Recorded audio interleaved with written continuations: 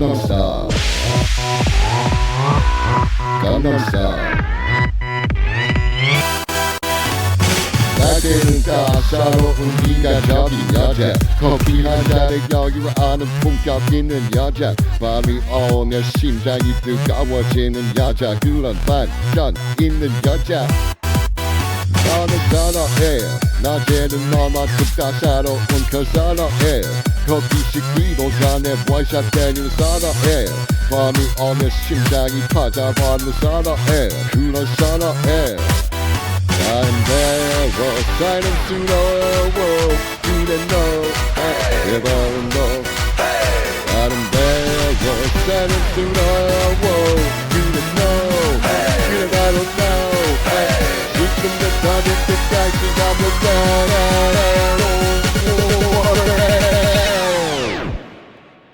오빤 강남 스타일 강남 스타일 오빤 강남 스타일 강남 스타일 오빤 강남 스타일 Hey, sexy lady. 오빤 강남 스타일 Hey, sexy lady. 성숙해 보이지만 볼 땐 보는 여자 이때다 싶으면 묶었던 머리 풀린 여자 가렸지만 웬만한 노출보다 야한 여자 그런 감격적인 여자 너는 선호해 좀 작아 보이지만 놀 땐 놀면 선호해 내가 되는 완전 미쳐버리는 선호해 근육보다 사상이 울퉁불퉁한 선호해 그런 선호해 다른 배워 사이렌스러워 그래 너 그래 바로 너 다른 배워 사이렌스러워 그래 너 그래 바로 너 지금도 가게 때까지 가볼까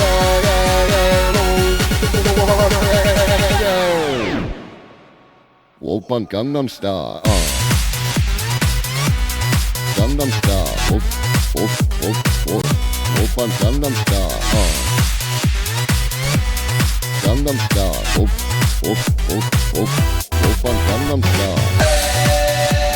Hey, sexy lady. 오빤 강남 스타일 Hey, sexy lady.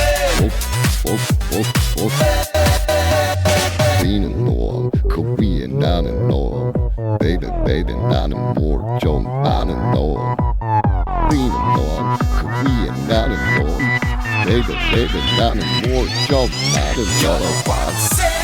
오빤 강남 스타일 Hey, sexy lady. 오빤 강남 스타일 Hey, sexy lady.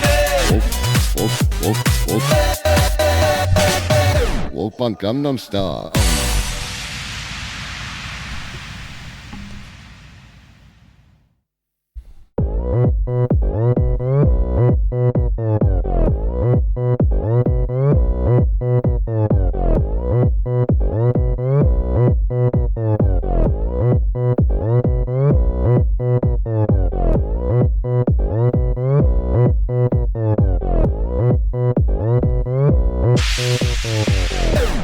Gangnam Style.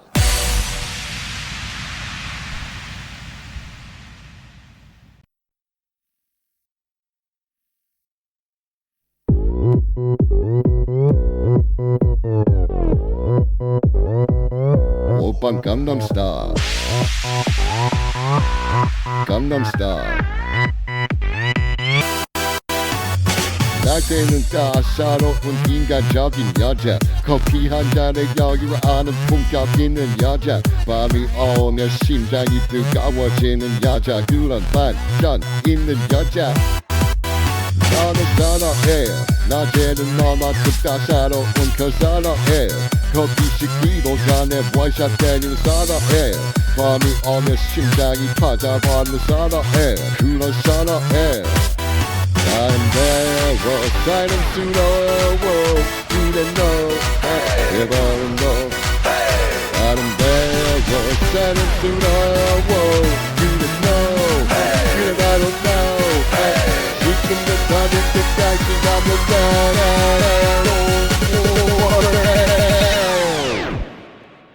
Oppan Gangnam Style. Gangnam Style. Oppan Gangnam Style. Gangnam Style. Oppan Gangnam Style. Hey, sexy lady. Oppan Gangnam Style. Hey, sexy lady.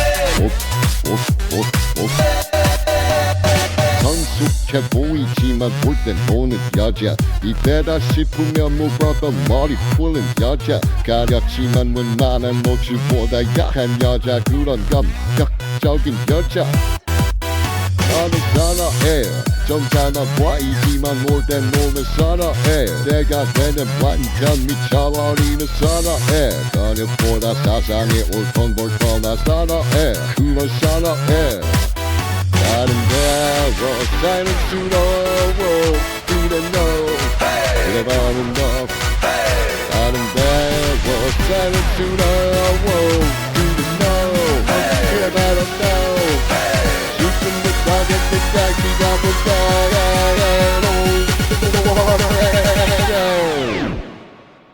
오빤 강남 스타일 강남 스타일 오빤 강남 스타일 강남 스타일 오빤 강남 스타일 Hey, sexy lady. 오빤 강남 스타일 Hey, sexy lady. Be는 너, 그 위에 나는 너 Baby baby 나는 뭘 좀 아는 너 Be는 너, 그 위에 나는 너 Baby baby 나는 뭘 좀 아는 너 오빤 강남 스타일 Hey, sexy lady. 오빤 강남 스타일 Hey, sexy lady. 오빤 강남 스타일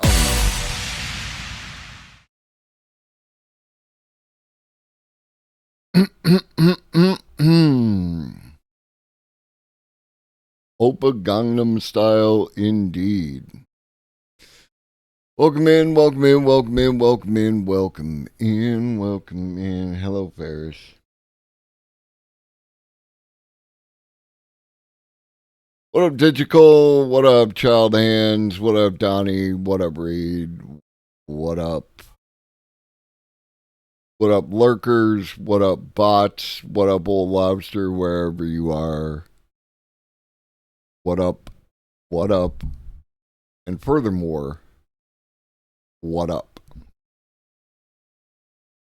All right. So, get the first thing out of the way. Telworks was unavailable today, so we are going to reschedule that for a later date. Don't have what up, Adam? We don't have an exact date yet, but we will have Telworks on. What up, Brian? Ferris. Brian says hello. Ferris.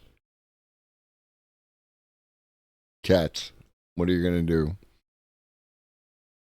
So, today we're just gonna get caught up on everything. We're gonna hit up the news. We're gonna hit up video, and we're just gonna ride until the wheels fall off.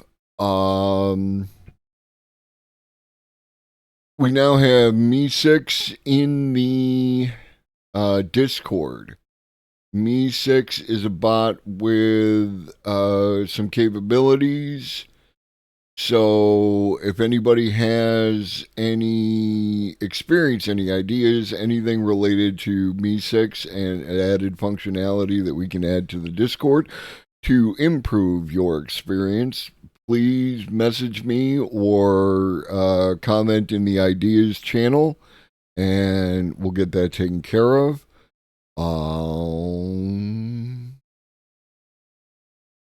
Better living through automation.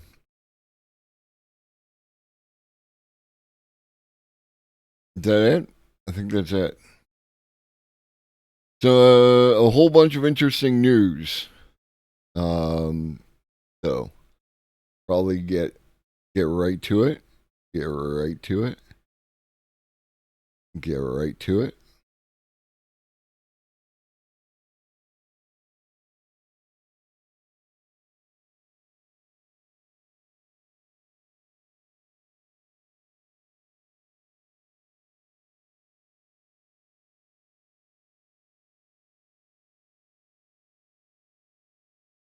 All right, what do we got first? OpenAI just dropped their prompt engineering guide, 6 strategies you recommend for getting better results from the LLMs. For some of you, this is old hat, but write clear instructions, provide reference text, split complex tasks into simpler subtasks, or another way to do this is to ask ChatGPT to break your task into subtasks and then feed it back to it. Give the model time to think, step by step, all that good stuff. Use external tools. Compensate for the weaknesses of the model by feeding it the outputs of other tools, for example, a text retrieval system, sometimes called a RAG or Retrieval Augmented Generation, can tell the model about relevant documents. A code execution engine like OpenAI's Code Interpreter can help the model do math and run code. If a task can be done more reliably or efficiently by a tool rather than by a language model, offload it to get the best of both. Yes. Test changes systematically. Improving performance is easier if you can measure it. In some cases, a modification to a prompt will achieve better performance on a few isolated examples, but lead to worse overall performance on a more representative set of examples. Therefore, to be sure that a change is net positive to performance, it may be necessary to define a comprehensive test suite, also known as an eval. One of the most common ways to do this is what's called A/B testing, where you pick a prompt, you modify that prompt slightly. Change one thing at a time. If you go ahead, if you're doing science, this is science, right? Ultimately, what you're doing when you're modifying your prompts is you're doing science. If you change a bunch of shit, then you're not going to be able to pinpoint what the change was that made the difference.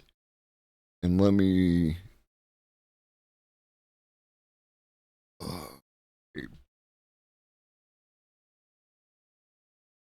give you an example. There are 2 new emotes. There are these 2. Blessed is the Omnissiah. Blessed are his coming and goings. It's a double joke there.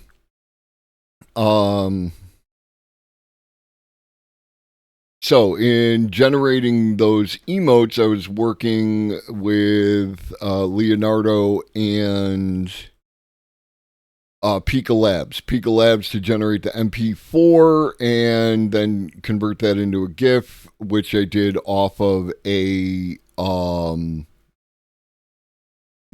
pic that I created with Leonardo. So I put in a reference of one of the Adeptus Mechanicus symbols, which, if you're not familiar, is a half skull, half cybernetic kind of thing. And then I used the prompt Cyber Skull, right? And then I started lowering, because what you can do is you can use the picture as a reference and set the value of how much it attempts to adhere to that original picture that you're using as a reference. and I started lowering that down, and then I added with a gear frame because I wanted to maintain the gear frame for the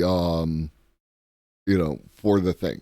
And also while I was doing this, I was changing different models that I was using. Which you can obviously see between like here and then here, right?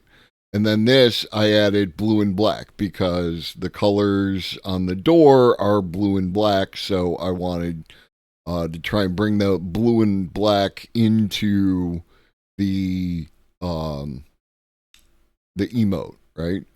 And then and then again, I'm changing between different models.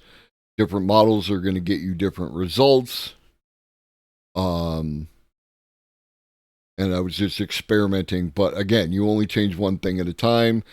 Then with this, I completely removed the reference picture, so it leaned heavily into the Cyber Skull aspect and the blue and black aspect. I literally just did them before stream, so there might be a delay for some reason. It's Twitch. And then I added half skull, right? Cybernetic half skull as opposed to cyber skull. To try and get back to more of this. And then because there was stream, and so I went with what I had, and like that. Again, I keep throwing things at the wall. You tell me what sticks, and then that's what we go with. So, when you are modifying your prompts for any of these models, any of these AIs that you might interact with, make one change. Yo! Like any other shiny new toy, AI is ultimately a mirror, and it will reflect back. It will reflect back. We gotta get that back up here. It was appearing behind the window. Want that above the window. There we go. Thank you, Donnie. I appreciate your continued support. But yeah, one thing at a time. That way you can see what kind of change comes from that. Continue.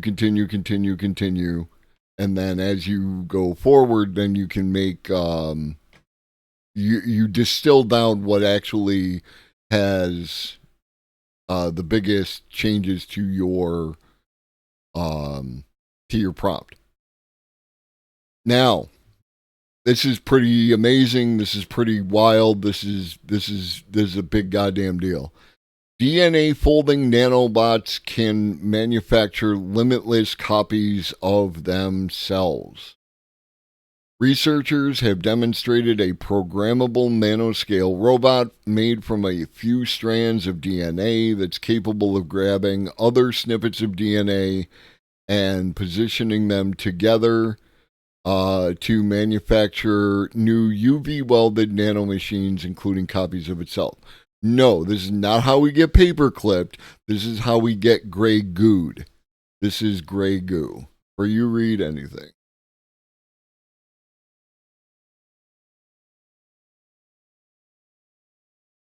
The robots, according to New Scientist, are created using just 4 strands of DNA and measure.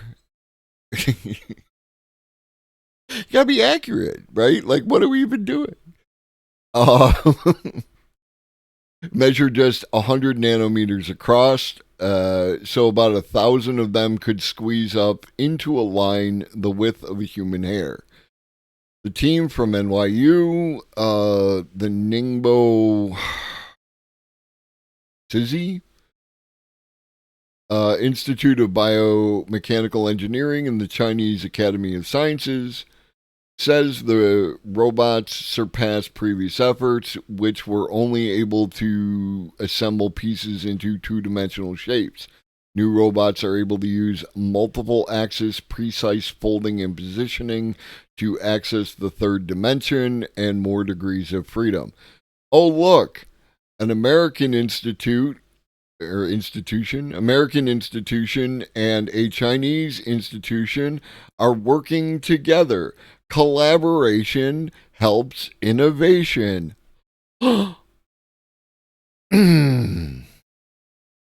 These nanobots are often viewed as potential ways of manufacturing drugs, enzymes, and other chemicals, potentially inside the cells of the body, but the researchers specifically call out the fact that these machines can self-replicate its entire 3D structure and functions. I mean, this is the thing, right? Like, this is... Whoop. Sorry, Bears. This is one of those elements that leads to, as Digital point out, the gray goo future, or what myself and Ray Kurzweil and others who are more hopeful,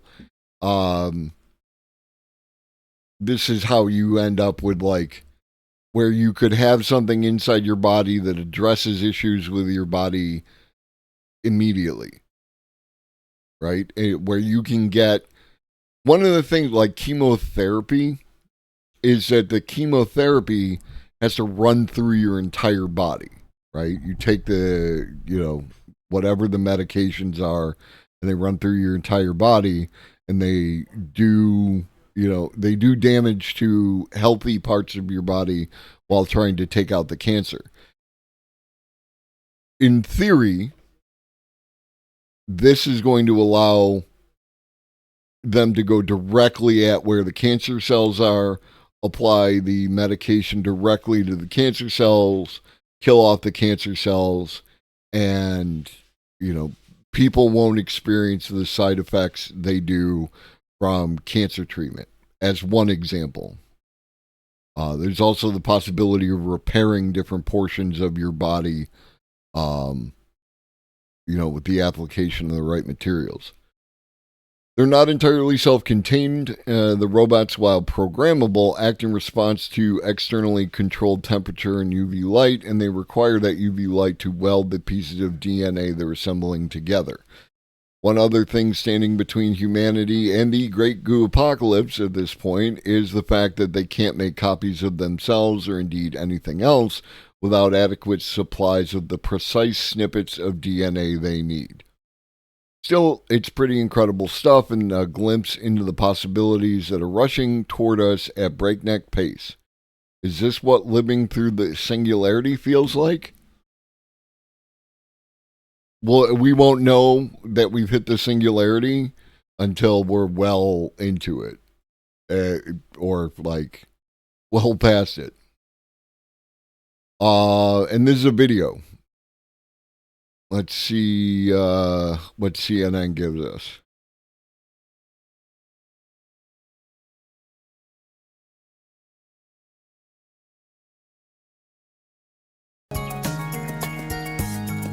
As the practice of paper folding has crisscrossed the world, it's taken on a life of its own.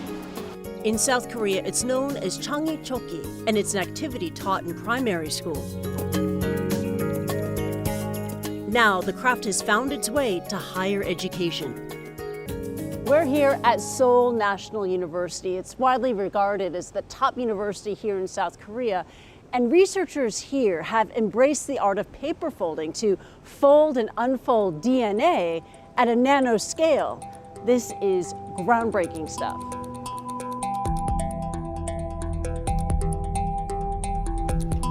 When we ask the question, how small can we go with origami?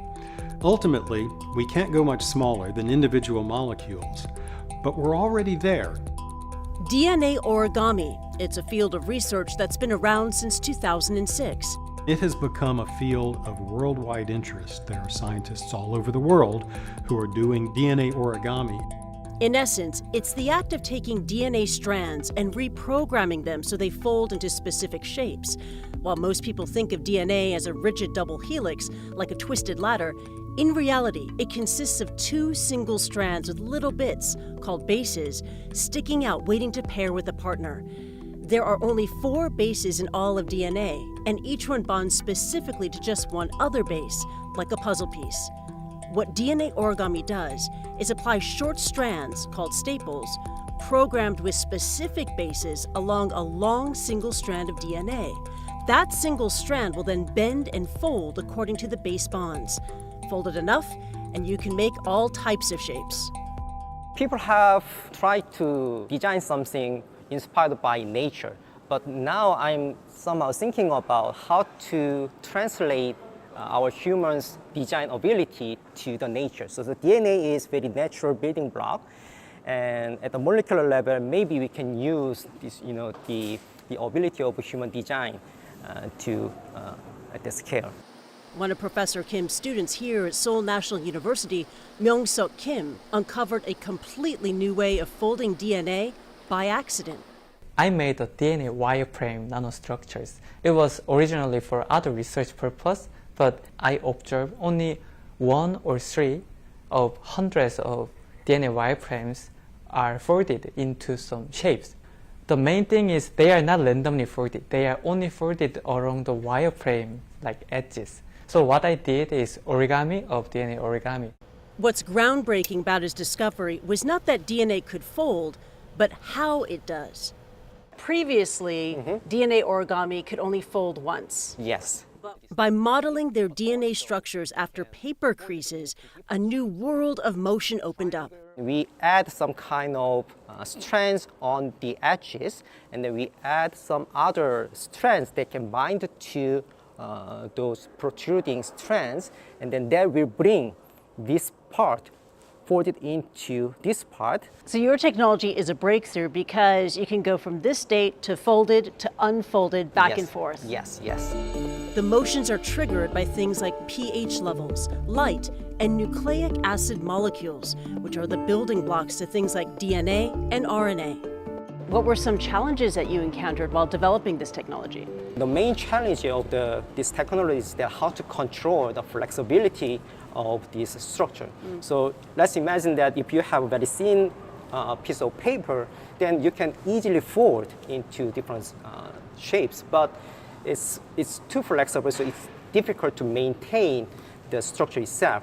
We have to optimize the stiffness or flexibility of the structures so that we can maintain the folded, unfolded state stably, but also we can easily fold and unfold with a high success rate. And all at a nanoscale. Yes, yes. Whether it's creating structures that act as drug delivery systems or as biosensors that can bind to particular RNA in cancer cells, leading to earlier detection, researchers here believe real-world applications of their work are imminent. So how do you plan to further your research? What's next? Well, so we are happy that we could realize those technologies at the nanoscale, but still it's limited in two-dimensional space. So we want to expand our design space to three-dimensional space. And also, there is also another technique called kirigami, which is the cutting paper rather than folding papers. So I'd like to introduce that kind of concept at the nanometer scale. So the next great leap in DNA origami is DNA kirigami. Not just to be able to fold and refold, but to cut and even make more tweaks at a nanoscale. Yes. From molecules to micro-robots, origami is finding a way to inspire another nanotechnology lab an ocean away. The vision of building tiny robots has been around for decades, but nobody's ever really been able to figure out how to do it because some of the key concepts, like this idea of using folding, just weren't there. Here at the University of Pennsylvania, a robot revolution is happening. Yeah, so there's a variety of different little robots in here. These robots are best seen through a microscope. The biggest one is as big as a grain of salt, and the smallest, 10 times smaller than that. You should go get it with the probe and move it over there. A lot of the robots in this lab, any of the ones that have legs, have origami-inspired legs. These legs that bend from 2D to 3D by using folding hinges and rigid panels. To get them this small, researchers use the same machines used to make semiconductor chips. This is where we actually build all the layers of our tiny robots. And so this tool has to be able to suck basically all of the air out of the chamber. Now I'm going to put this in this load lock. Once created, their movements are either pre-programmed using laser patterns or controlled in real time by shining light on them. For Mark Miskin and his team, these tiny robots have the potential to change healthcare. Basically, the vision is we're going to use little tiny robots to assist in repairing damaged peripheral nerves. If you get a nerve injury, that little nerve will try to regrow. And usually nothing good comes of that because the nerve just doesn't grow fast enough. What you'd like to do is be able to make that nerve grow faster. And the size of those little nerves are about the same as the size of the robots. And so one technological application we're looking at are building tiny legged robots that can grab onto nerves and drag them back to the muscle they're supposed to be connected to. I think that's an unexplored space, and that's something that we're going to be able to move into and make a lot of positive impact for in the long run. From medicine to space and back, origami has the power to transform, whether it's paper or our lives, for good. Every decade, I see things that would have seemed impossible 10 years earlier. And then over the last 20 years, I've been able to see it move from being almost entirely devoted to art, but to radiating into this world of engineering and technology, and to see applications showing up in the real world. Amazing. Absolutely amazing. This one. Oh, there's another version of the prompt guide. Okay, so Google, so like one of the issues with your iPhone, with your whatevers, like the idea of self-repair or, things of that nature, some companies have been very resistant to it. Google has apparently, what up, Whistle? Origami is cool. They use it in satellites now. That was the indication, is like unfolding the solar panel, which would make sense. It could unfold off the what up, OpenSet?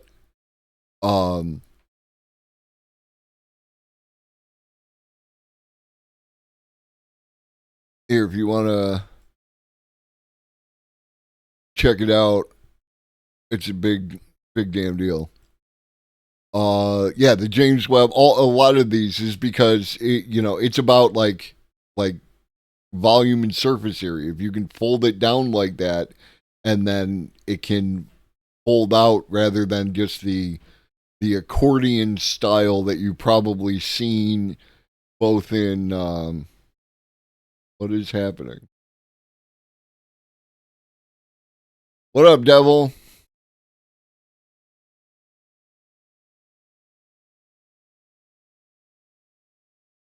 There we go. Discord being weird, or not Discord, OBS being weird. Yep. So anyways, self-repair, or what was I talking about? I was talking about the origami, right? Like you could stack up the, pull that Band-Aid, Devil. It's not going to get better on its own. You're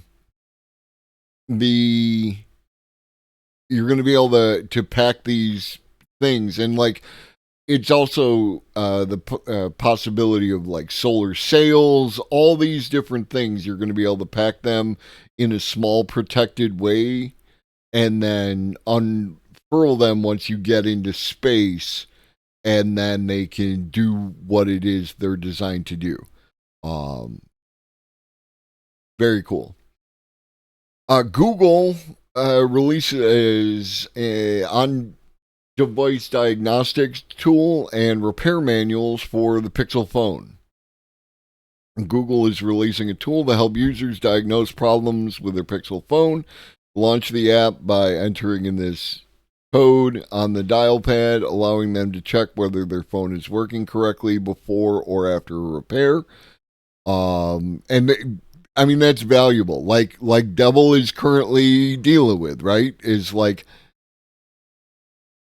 you have to trust your mechanic, because what's going on under the hood of your car is to varying degrees, magic, right? Like I understand some of what goes on in a car, but a lot of it I have to trust my mechanic, which I am the worst when it comes to the mechanic, is you have to prove that I can trust you and like that, and I will make your life difficult between now and then. You know, it's just because you're going to come at me and you're going to say $3, $4, $6, $8, $1,000, and I'm like, I don't have that, right? So if I got to come up with it, then you got to justify your existence. And so having that on your phone, you know, you're going to take it into a place to get it fixed. Knowing what the problem is beforehand allows you to have a more intelligent conversation. You can do some of your own research, find out what is exactly going on with, you know, whatever problem you're running into, these kind of things. And then when you go in there, you're going to have more confidence in what you're talking about. And then, you know, when they come at you with some weird shit, you can be like, well, that's not what any of this says. So, like, maybe you're not the guy that, you know, I should be talking to, or gal, or NB, or what have you. Maybe your phone just needs some horse dewormer. Like, shove it right there into the charge port. Like, that usually doesn't work out. There are a bunch of diagnostic tools available within the app. While users can run a full diagnostic test, you're running full diagnostic, like Star Trek, to detect issues across the entire device. There are also options to run individual tests for physical defects and problems affecting the phone's display, sensors, and connectivity. And there's also some stuff is like, you know, your phone just starts behaving weird, right? Like it's doing something it didn't do before, and then you can run a diagnostic and figure out, like, in the same way, if you're comfortable with it, you can run diagnostics on your computer to try and understand more of what it is that's going on inside there. So yeah.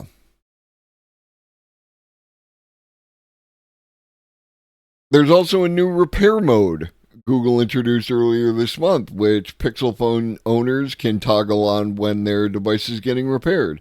The feature is meant to protect users' private information while their phones is in the hands of a technician, similar to the repair mode feature Samsung rolled out in 2021. Very cool, right? And like, all this crap is stacked up inside your phone. Again, like I opened a phone many years ago, right?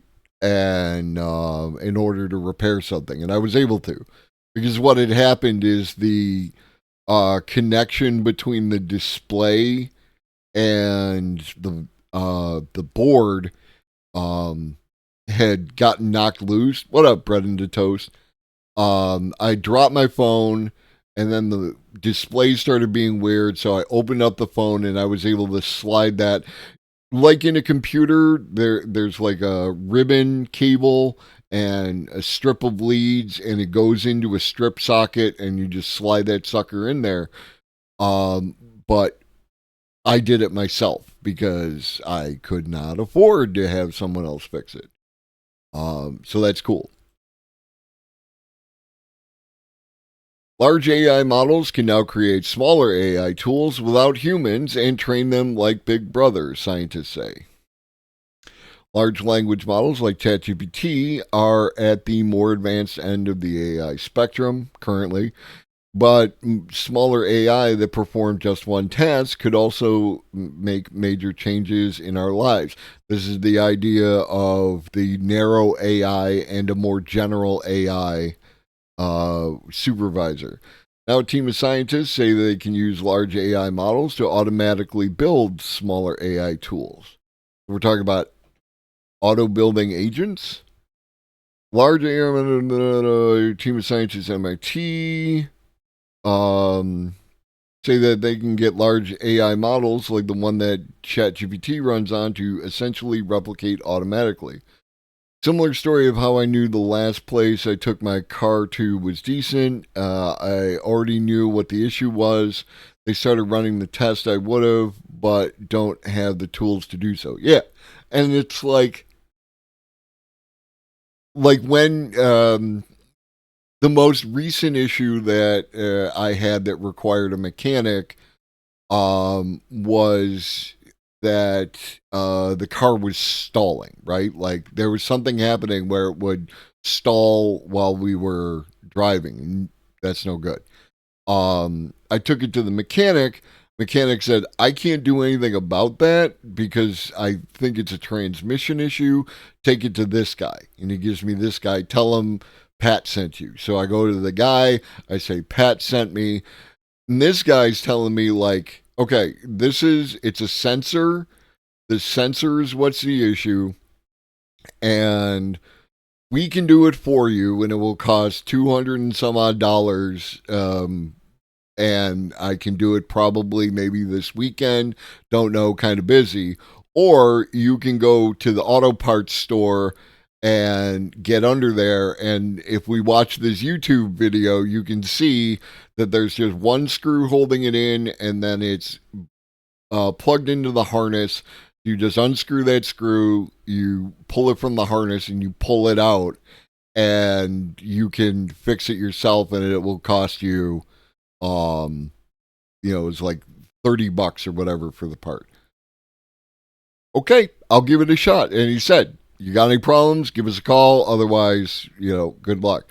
And so, yeah, that's exactly so that's a series of people that I now feel that I can trust because they weren't gonna, YouTube taught me how to change the thermocoupler on my furnace for $12. There's a lot. If you can get at the, I think it's a thermocoupler, if I'm thinking about the right part, but it's a thermocoupler. What happens to the thermocoupler a lot of times is that it builds up carbon on it, and then it doesn't work properly anymore.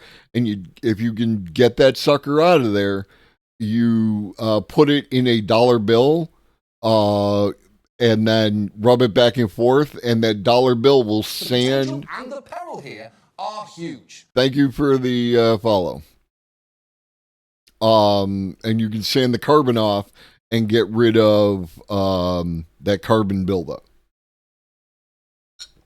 Fun thing about furnaces is they have a little blinking LED on them, and either inside the panel or online, if you enter your furnace model, it will tell you what the blinks mean, and then you can address the problem.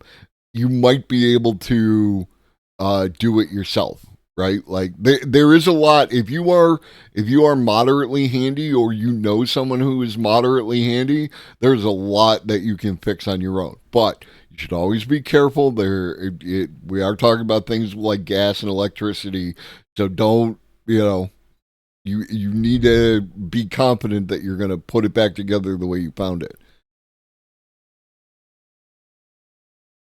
Yeah.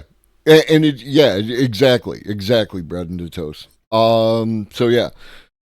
Right now we're using bigger models to build the smaller models, like a bigger brother helping its smaller brother to improve. That's the first step towards bigger job of self-evolving AI. It's the first step in the path to show that AI models can build AI models. If you fuck up the gas in your furnace, at least you don't need to worry about repairing it. You'll be warm the rest of your life. I mean, it is gas, baby. Our technology is a breakthrough in the sense that for the first time, we have designed a fully automated pipeline. It can design an AI model without human intervention in the process. While large language models like ChatGPT cost a reported $700,000 a day to run, small AI models, often referred to as tiny machine learning or tiny ML, can run at a low cost and can be carried around on devices. We are working on really specific tasks, the very, very low cost solutions that can be used in every corner of the world. And this is another thing, you're going to see more and more things like, how can we just automate this one thing? How can we just automate this one thing? Like today with Me 6, it's Me 6, like it feels that way, but whatever. Me 6, I now automated the ability for, like, if I put you on the list, then when you go live, it'll automatically in my Sell Promo channel put a little, put the link in the picture and whatever you're streaming about, that whole thing, it'll just auto-populate that. That is a thing of beauty. I love that so goddamn much. I love it so goddamn much. I was happy to go through and do it manually, even though I'm sure there's an automated way to do all these things. It's still a work in progress, but very cool. Love automation. What do we got? 2 more things. May Mobility's driverless microtransit service might beat robotaxis to profitability. In my Discord, I only have one voice channel, but anytime someone joins, a bot moves them to their own voice channel that they admin, so we'll always have voice channels. Cool. Bots do rule, 100%. Speaking of, so there's been some issues with autonomous taxis of varying degrees and varying actual responsibility to the automated vehicles. But May Mobility has launched its first driverless on-demand microtransit service on public roads in Sun City, Arizona, in partnership with transit tech company Via. Milestone is in line with May Mobility's goal of launching rider-only operations by 2023. You got 13 days. It also signals that the gentle on-ramp approach to commercializing autonomy could be working for the startup. So Sun City is a planned community for active retired adults. Launching a driverless microtransit service in such an environment isn't as flashy as putting robotaxis on the street of San Francisco or doing autonomous pickups and drop-offs at airport in Phoenix, but it has allowed the company to expand steadily and avoid getting into trouble. Basically, it only operates within this neighborhood and therefore is a more controlled environment. Now, the data information from that could be used to improve other autonomous software. Whether or not they release that is a whole other animal. But may launch an on-demand service in Grand Rapids, Michigan, which this kind of thing is important. The startup has been operating shuttles within campuses and 2 designated stops along fixed routes in Ann Arbor, Michigan, and Arlington, Texas. Expanding to Grand Rapids, Michigan, in partnership with Via.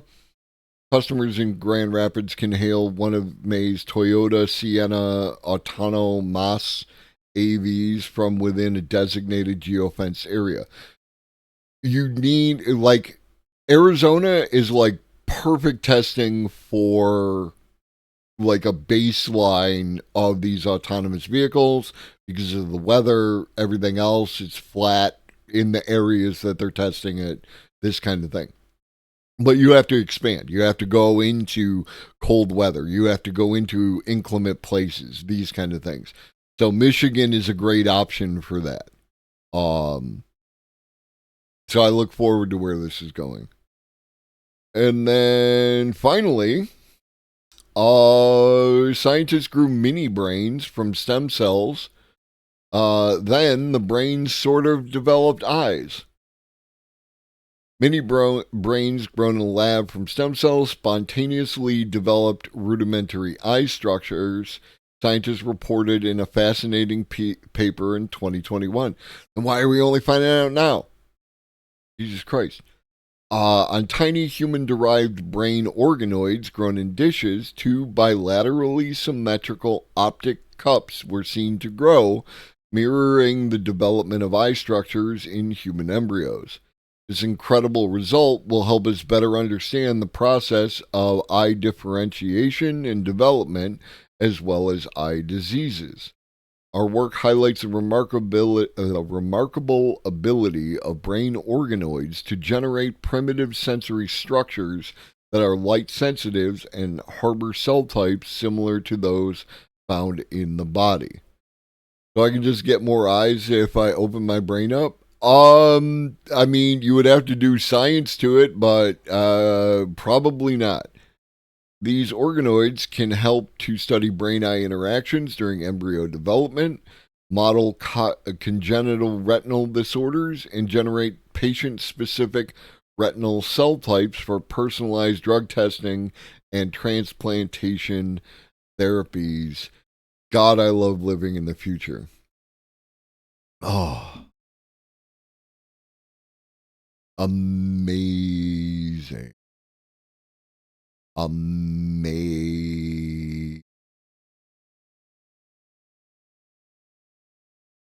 I know a lot of times it feels like the worst timeline, but sometimes it also feels like the best. Right? What up, Boyd? Did I do the thing? Probably didn't. I didn't do it. Okay.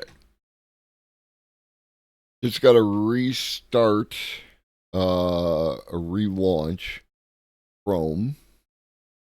There we go.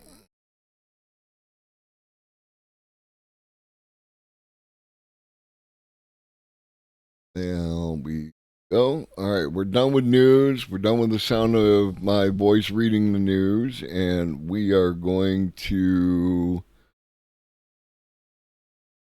catch up with video.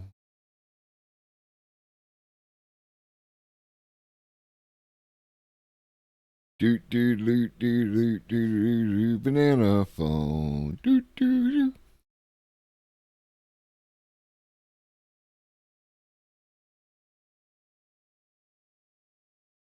Man, I gotta clear out my watch later. All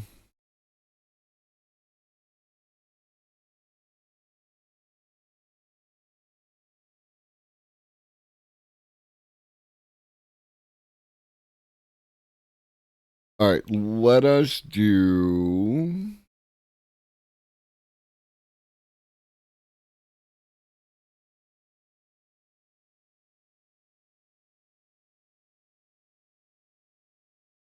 Let's do a pro robots first. Oh no, no, wait. No, wait. I said wait.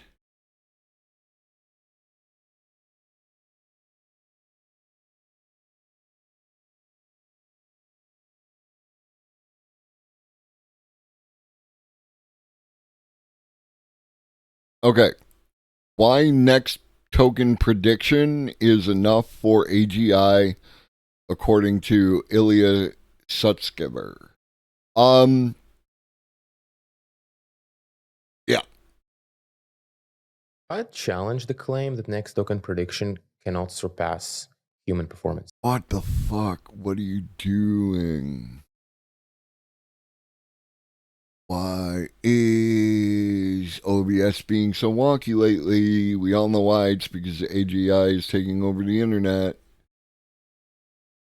It's a meme, unless it's not, in which case I called it. I challenge the claim that next token prediction cannot surpass human performance. It looks like on the surface it cannot. Mm-hmm. It looks on the surface if you just learn to imitate, to predict what people do, it means that you can only copy people. But here is a counter argument for why it might not be quite so if your base neural net is smart enough. You just ask it like, what would a person with like great insight and wisdom and capability do? Maybe such person doesn't exist, but there's a pretty good chance that the neural. So, since you brought it up, I wasn't going to bring it up. But since you brought it up,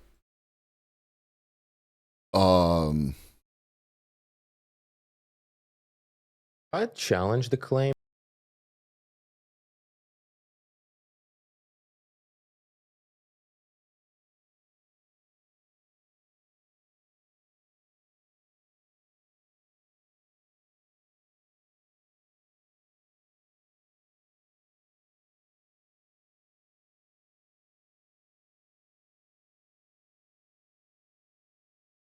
where's the thing? There was, yeah. So this is 3 years ago. There's a lot more up there, but there is one from 10 months ago. This is an older picture. What up, Ivan? Right? And this is why I really think that Ilya is working on some serious business, is because, like, I feel like the stress of what he's going through is running that sucker back. Right? Like, when you see presidents, when they start, like Obama, right? If you look at Obama when he was elected president versus when he, quit being president, it was like the gray in that man's hair it's a whole thing.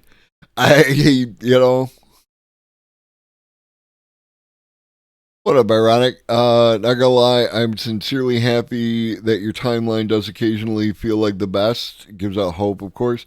I'm still in search of those signs on my end, except more so proof it not being the darkest one.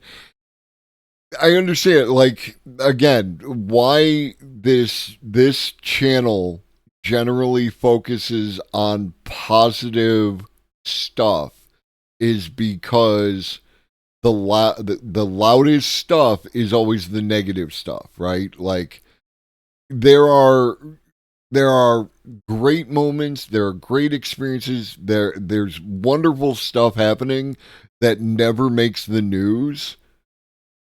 Only the negative stuff tends to make the news, and if you do see something positive, it's something weird at the it's one of my favorite old school insults. Is like, why aren't you happy? I thought that the ignorant were blissful. It was just the idea that, like, at the end of your local news, you might find some feel-good story about puppies or whatever. $288 for what? Right? Like, that $288 to swap a spark plug is oof. But $288 to rebuild your transmission? Yeah, sign me up, right? I'll do that now as a preventative maintenance.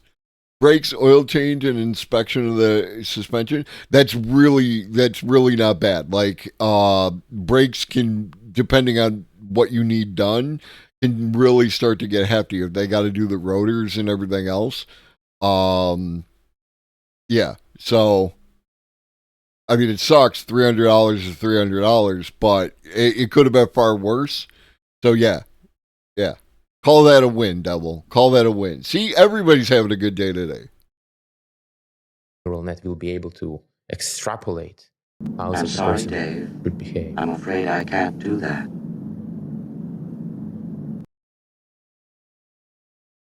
Old Lobster with the biddies and the bonus biddies from the Twitch. I'm sorry, Dave. I'm afraid I can't do that. And it counts as 2 alerts. It's wild. I knew it was coming.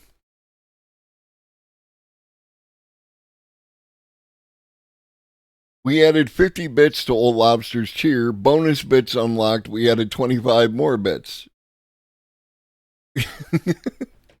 Well, thank you. Either way, thank you, Twitch. And more importantly, thank you, Old Lobster, as always. You are the wind beneath my wings. Yeah, I don't know. The AI is giving out math. There's a bit of dialogue from the league where one of them asked Taco about how they thought stupid people were supposed to be happy, and he just goes, "It's complicated." Yeah, no, 100%. Love the league. Love John. Love Taco.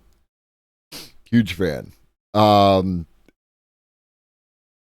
as always, shout out Wolfie's Just Fine, John Serious Music, thingy, and Rafi. Like, we are way off on a tangent. There's a friend of ours, my group of friends. There's a friend of ours, and he is Rafi, right? And so we know that guy. All right, focus. We can do this. We can do a real stream. Do you see what I mean? Yes, although where would it get the sort of insight about what that person would do, if not from the data of regular people? Because like, if No, you think you're about it, fine. what does it mean to predict the next token well enough? What does it mean actually? It's a deeper question than it seems. Predicting the next token well means that you understand the underlying reality that led to the creation of that token. It's not statistics. Like, it is statistics, but what is statistics?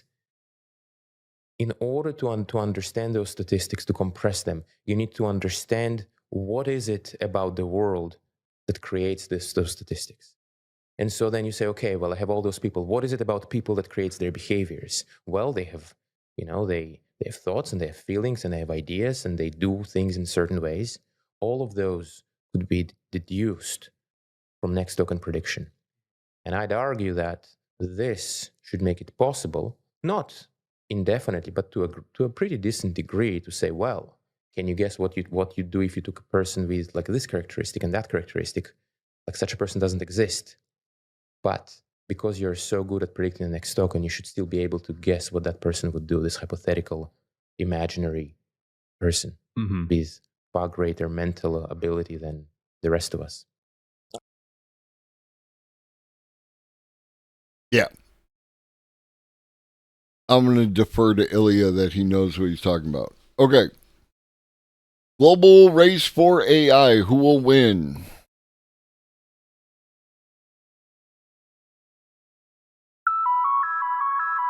Move over, GPT-4. There's a new kahuna in town. Google released Gemini, and it is as playful and curious as the zodiac sign. Elon Musk needs $1 billion for his XAI, Altman is back, and IBM, Intel, NASA, and other tech giants are ganging up on OpenAI. There's also DARPA's plans for the moon, Deep Space Defense Tracking Network, robots, language models, and a bunch more. I'm Nick. Let's get busy. Let's get busy.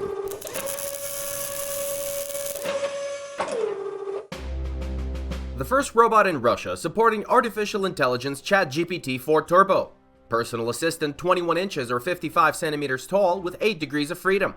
Meet the updated Atom robot, the best solution. Like, if you asked me to describe what a Russian robot was going to look like, this is it, right? Like, I feel like you could kick this thing with a bear and it would still function. Solution for business and education with customizable roles. The robot can answer any question, gesture, express emotions, follow voice commands, recognize faces, and react to gestures. Atom can be your assistant, helper, colleague, manager, or blogger. You can create customized scripts for the Blender 3D robot or program it in the Atom Studio environment. You can control the robot with a controller or a virtual reality headset. Atom is a personal avatar in the best traditions of cyberpunk. All controls are fully intuitive. You can learn more and pre-order Atom Robot by clicking the link in the video description.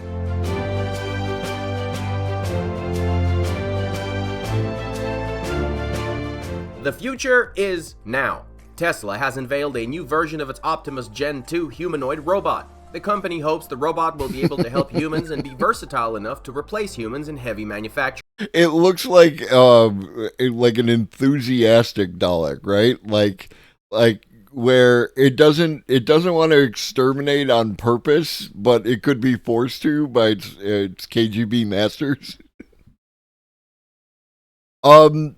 I really, again, Dr. Jim said that this is a legit video.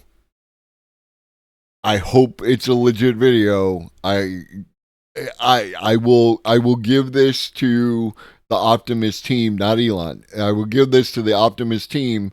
If this robot is legitimately what you've come up with, you've done an impressive job over a short period of time. When this result will be achieved is not specified. The new version of the robot is equipped with actuators and sensors developed exclusively at Tesla. The robot is 22 pounds or 10 kilos lighter and 30% faster in walking. At the same time, the robot's balance has also improved. Tesla plans to use the robot in its manufacturing operations and start selling it if it proves its usefulness. Optimus is now undergoing comprehensive training with the help of neural networks and learning to perform new tasks, such as sorting objects autonomously. Elon Musk believes that the potential demand for such robots could reach 10 to 20 billion units. Moreover, it's the robot that should ensure Tesla's future growth and financial stability. It seems that soon we won't even... Yeah, because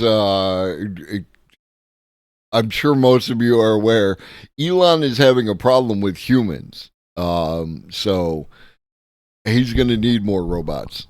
Bat an eye if a robot waiter serves us coffee or fixes our car. Psst. Did you know that the largest robot exhibition, IREX 2023, just closed? Here's a curtain call. It featured rescue robots, robots for the home, industrial avatars, anime, and just plain weird stuff you wouldn't get anywhere else except for, Japan. Follow the link in the description and check out our complete guide to what's hot and what's not at IREX 2023. When was the last time you gave Gemini a thought? If it's been a while, then Google got you covered because it unveiled its generative AI Gemini, which developers say is more powerful than GPT-4 and could surpass humans in the future. The developers say Gemini can code in Python, Java, C++, and it can create websites that dynamically reprogram themselves come new features. The Google team claims it has managed to create the first model that achieved a 90% success rate at MMLU, which is Massive Multitasking Language Understanding Test. It beat human experts by 0.2% as well as GPT-4 by 3.6%. Gemini's advantage was... Gemini Pro is free through Bing. Gemini Nano is on Google 8 phones, Google 8 Pro phones, and then, but neither of those is the one that he's talking about. No, this is an actual human. But then Gemini Ultra is the one that is supposed to be more powerful than GPT-4. So we'll still have to see. That's coming in the early part of next year. Expect January at this point because they need to move. You know what I mean? Proven in a number of... Yeah, I wanted some specific information. Like I was trying to get ChatGPT to get the prayer to the Omnisaya and the prayer to Shai Hulud and take them and like kind of mesh them together. And ChatGPT was giving me a lot of, I'm sorry, I can't do that, Dave. That's copyright. And so it really got kind of awkward. So that I went over to, I'm sorry, Bard, not Bing. Gemini's in Bard, not Gemini is not in Bing. So I went over to Bard and I asked Bard to give me that information, and like a helpful puppy dog, Bard was like, absolutely. So the only thing that Bard doesn't do is give me that, the speech to text, text to speech aspect. So I actually had to stop what I was doing and, talk to it and then push the button and then wait. Used ChatGPT to regurgitate the litany against fear, then used it to create a litany against procrastination. That's a good one. I must not procrastinate. Procrastinate is the time killer. Procrastination is the little death. Yeah, no, that works. Intellectually rigorous and problem-solving tasks across 57 knowledge areas including math, physics, history, law, medicine, and ethics. The advantage of the model is that it was originally designed as a multimodal model, meaning it can work with text, video, and audio. According to the presentation, when other models look at an image and think about it in words, Gemini takes notice of the nuances inherent to the medium. In the future, the model's perceptual domain will encompass both touch and haptic feedback. But is it really that ab-fab? It seems not quite. First users who have already tested a lighter version of Gemini in Google's chatbot Bard have reported deep disappointment. The neural network not only falsified facts when answering questions about 2023 Oscars, but also failed to follow simple instructions, such as coming up with a 6-letter word in French. The AI produced a 7-letter word, sacre bleu. On top of that, the video demonstrating Gemini's capabilities was edited, which was considered by some users... Okay, I will say that I like this fractal tree. AI produced a 7-letter word, sacre bleu. On top of that, the video demonstrating Gemini's capabilities was edited, which was considered by some users, most likely Altman fans, as fake. In the video... No, not most likely Altman fans. We don't like being told that something does a thing and then it doesn't do the thing. I do enjoy... I'm a fan of fractals, you know, like that is something that I truly enjoy. So, yeah. The AI recognizes objects, tracks the dynamics of their appearance, and reasons while communicating with the user, cracking jokes and admitting to its own mishaps. The video description states, quote, "For demonstration purposes, latency has been reduced and Gemini's responses have been shortened," end quote. Google spokesperson explained that all queries were real but truncated for brevity and that Gemini processed text queries that were voiced separately for the video and then recognized still images. However, from the video, a layman can gather that the neural network can casually keep up a conversation and is able to observe and react to objects in real time. Is this done for inspiration, as Google claims, or is it baloney? Who's inspired like that? What do you guys think? Leave your comments below to start a discussion. And then there's always going to be that, you know. Leave your comments below to start a discussion, because those comments below and that discussion will help boost me in the algorithm. Just be honest. Just say, I need your help in boosting me in the algorithm, and comments help. By the way, you should follow my YouTube channel and comment on the video. The most recent one being the conversation that I had a little bit ago with Ivan Neo. It's good stuff, and it's easy to share because it's on YouTube. In the rapidly evolving AI race, Elon Musk is looking for $1 billion of investment for his artificial intelligence project xAI. Did I check out Opus Clips? Definitely no. Where did you tell me to check out Opus Clips? Did you tell me during stream? Or did you put it in Discord so I could look at it later? Because if you put it in stream, then... but if you put it in Discord, I appreciate you. And I'm being sarcastic. You know that I appreciate everything that you do. But there's just so much. And then y'all want me to do Discord stuff too. Startup has already raised $135 million, which arguably is peanuts, since to compete with OpenAI, which has $10 billion planted in AI training infrastructure, Musk is gonna need more. Whether investors believe that the South African Iron Man will be able to compete with Altman, time will tell. For now though, Grok is known... South African Iron Man. Get. Yeah, no. It's like the script, but better. Okay. I'm with that. Known more for its peculiar sense of humor than for coming close to GPT 3.5 in benchmark testing.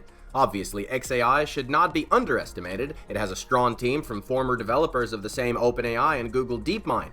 But will investors now lean towards Musk's chutzpah more than Altman's success, whose company recently trademarked GPT-6 and... Yeah, and like... Yeah, no, absolutely, Devil. And like, again, has the xAI team done what looks like, again, I haven't used Grok, but like Grok appears to have the chops to at least be some kind of decent AI, so good job there.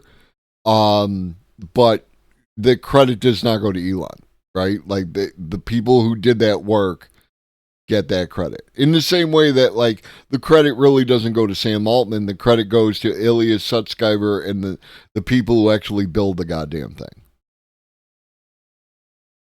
And GPT-7. By the way, the Altman scandal is still going strong. The other day, the New Yorker published an article written by a journalist who... Okay, South African Iron Man and Altman scandal. I'm definitely getting a bias vibe from this channel, and it's understandable. In tech, there are a lot of people who love the Musk, but come on, dude. Temporarily took a job at OpenAI for the sake of information. In it, Charles DeWitt claims that a number of board members thought Sam Altman was not only lacking candidness, but in fact, quote, manipulative and treacherous, end quote. It's hard to say who the board members feared more, intelligent computers or an out-of-control Altman, the article says. This is kind of irrelevant now though, since it's unlikely that anyone at OpenAI will try to oust Altman again. Perhaps the whole article is an echo of the discontent of those who tried to fire him. Check out Wall Street Journal and a certain Helen Toner for more. Helen Toner was AI one of the news people doesn't on the end previous there. board. Recently, over 50 companies, including IBM, Intel, Oracle, AMD, NASA, Sony, Meta, as well as Harvard, Yale, and Meta? other universities, have formed an alliance to oppose the giants of the market in the face of OpenAI, Microsoft, and Google. From a bird's eye view, this looks like an attempt by the underdogs to play catch-up with the leaders through pooling significant resources. The official objective of the alliance, though, is open source R&D available to all. The new consortium also announced support for researchers around the world, with short-term goals being the creation of a variety of multilingual and multimodal AI models, designed for research in different science areas. Well, hold it! Doesn't that remind you of something? 6 letters, starts with an O, ends with an I, and was founded as a non-profit for the good of humanity. Wink wink, nudge nudge. Moving on to more physical news now, the AUKUS partnership agreement between USA, UK, and Australia has provisions for building nuclear submarines, but also for a global tracking network for deep space defense. Who'da thunk it? And what is it exactly these fine, upstanding, and concerned governments are planning to protect in deep space? Here's the rundown. Each of the participating countries will build a tracking station on its territory that will have higher sensitivity, better accuracy, increased bandwidth, and more flexible tracking than current radar systems. This should allow AUKUS nations to identify potential threats to both military and civilian satellites and systems, help deter conflict, better address space traffic management issues, and support a growing commercial space sector. The hype around space is on the rise as well, despite a slower pace than AI, but still, to infinity and beyond. More military stuff for you. UK Ministry of Defense wants to integrate ChatGPT into close quarters combat simulation robots. SimStriker is a system of sensors and interactive targets in labyrinth-like corridors and rooms. The robots here are not just dummies.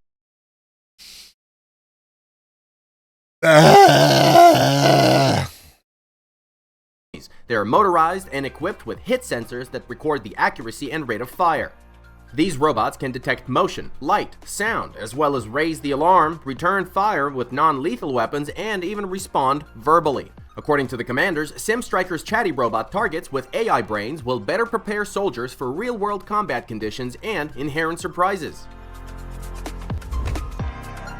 On to civilian news. Digit, the Amazon robot, got a new job. Another retail giant, GXO Logistics, decided to give Digit a shot. So far, it's just a pilot project, and the robot is only tasked with transferring boxes from GXO's AMRs, which are autonomous mobile robots, to a conveyor belt. A spokesperson for the company made it clear recently that if you've ordered something from them in the last 2 weeks, it's likely that your product has passed through the robot's hands. Digit's mission is not as simple as it seems. Developers don't know in advance what kind of flooring their client's warehouse will have, nor do they know the level of lighting, the width of the aisles, or what kind of shelving or mobile robots will be used. All of these should put Digit's design and reliability to the test. Yet, GXO is optimistic and says it's ready to entrust the robot with new tasks and even have a direct line of communication with the AMR fleet manager. So this is another company that is looking to add Agility's robots to their suite, and they already have this transport robot. So again, tapping the sign, all jobs will be automated, and we're going to actually watch a video about that shortly. What up, Sir Yogi Wan? They don't care how long it takes a robot, they just want to cut jobs. They, yes. All jobs go to heaven. Is there a category of trauma that happens after something that's too cringe for the human body to process? Yeah.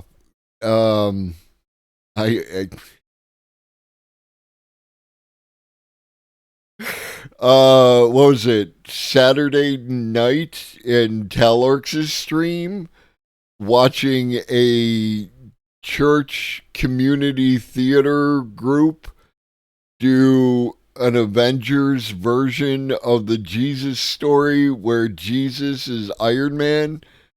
Whatever that feeling was, probably something German. Whatever that was, it was like holy cow. It was something. What is this, devil? This better be me.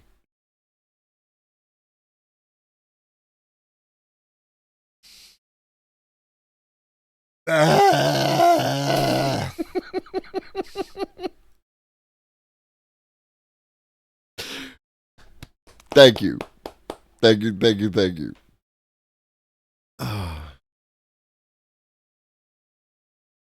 It's a slow start, but the company sees humanoid robots as the perfect bridge towards islands of automation.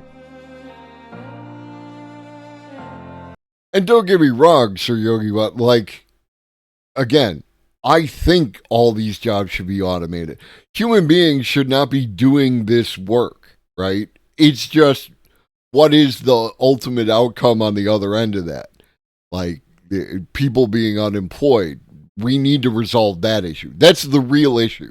All the rest of this, fighting the robots to maintain shitty jobs, no. Let us resolve the other issue of the resource distribution aspect of everything, and let the robots do all the shitty jobs that the robots don't care, right? That robot will move that box 1,000,000 times in a day and will only stop once its battery pack runs out. You know what I mean?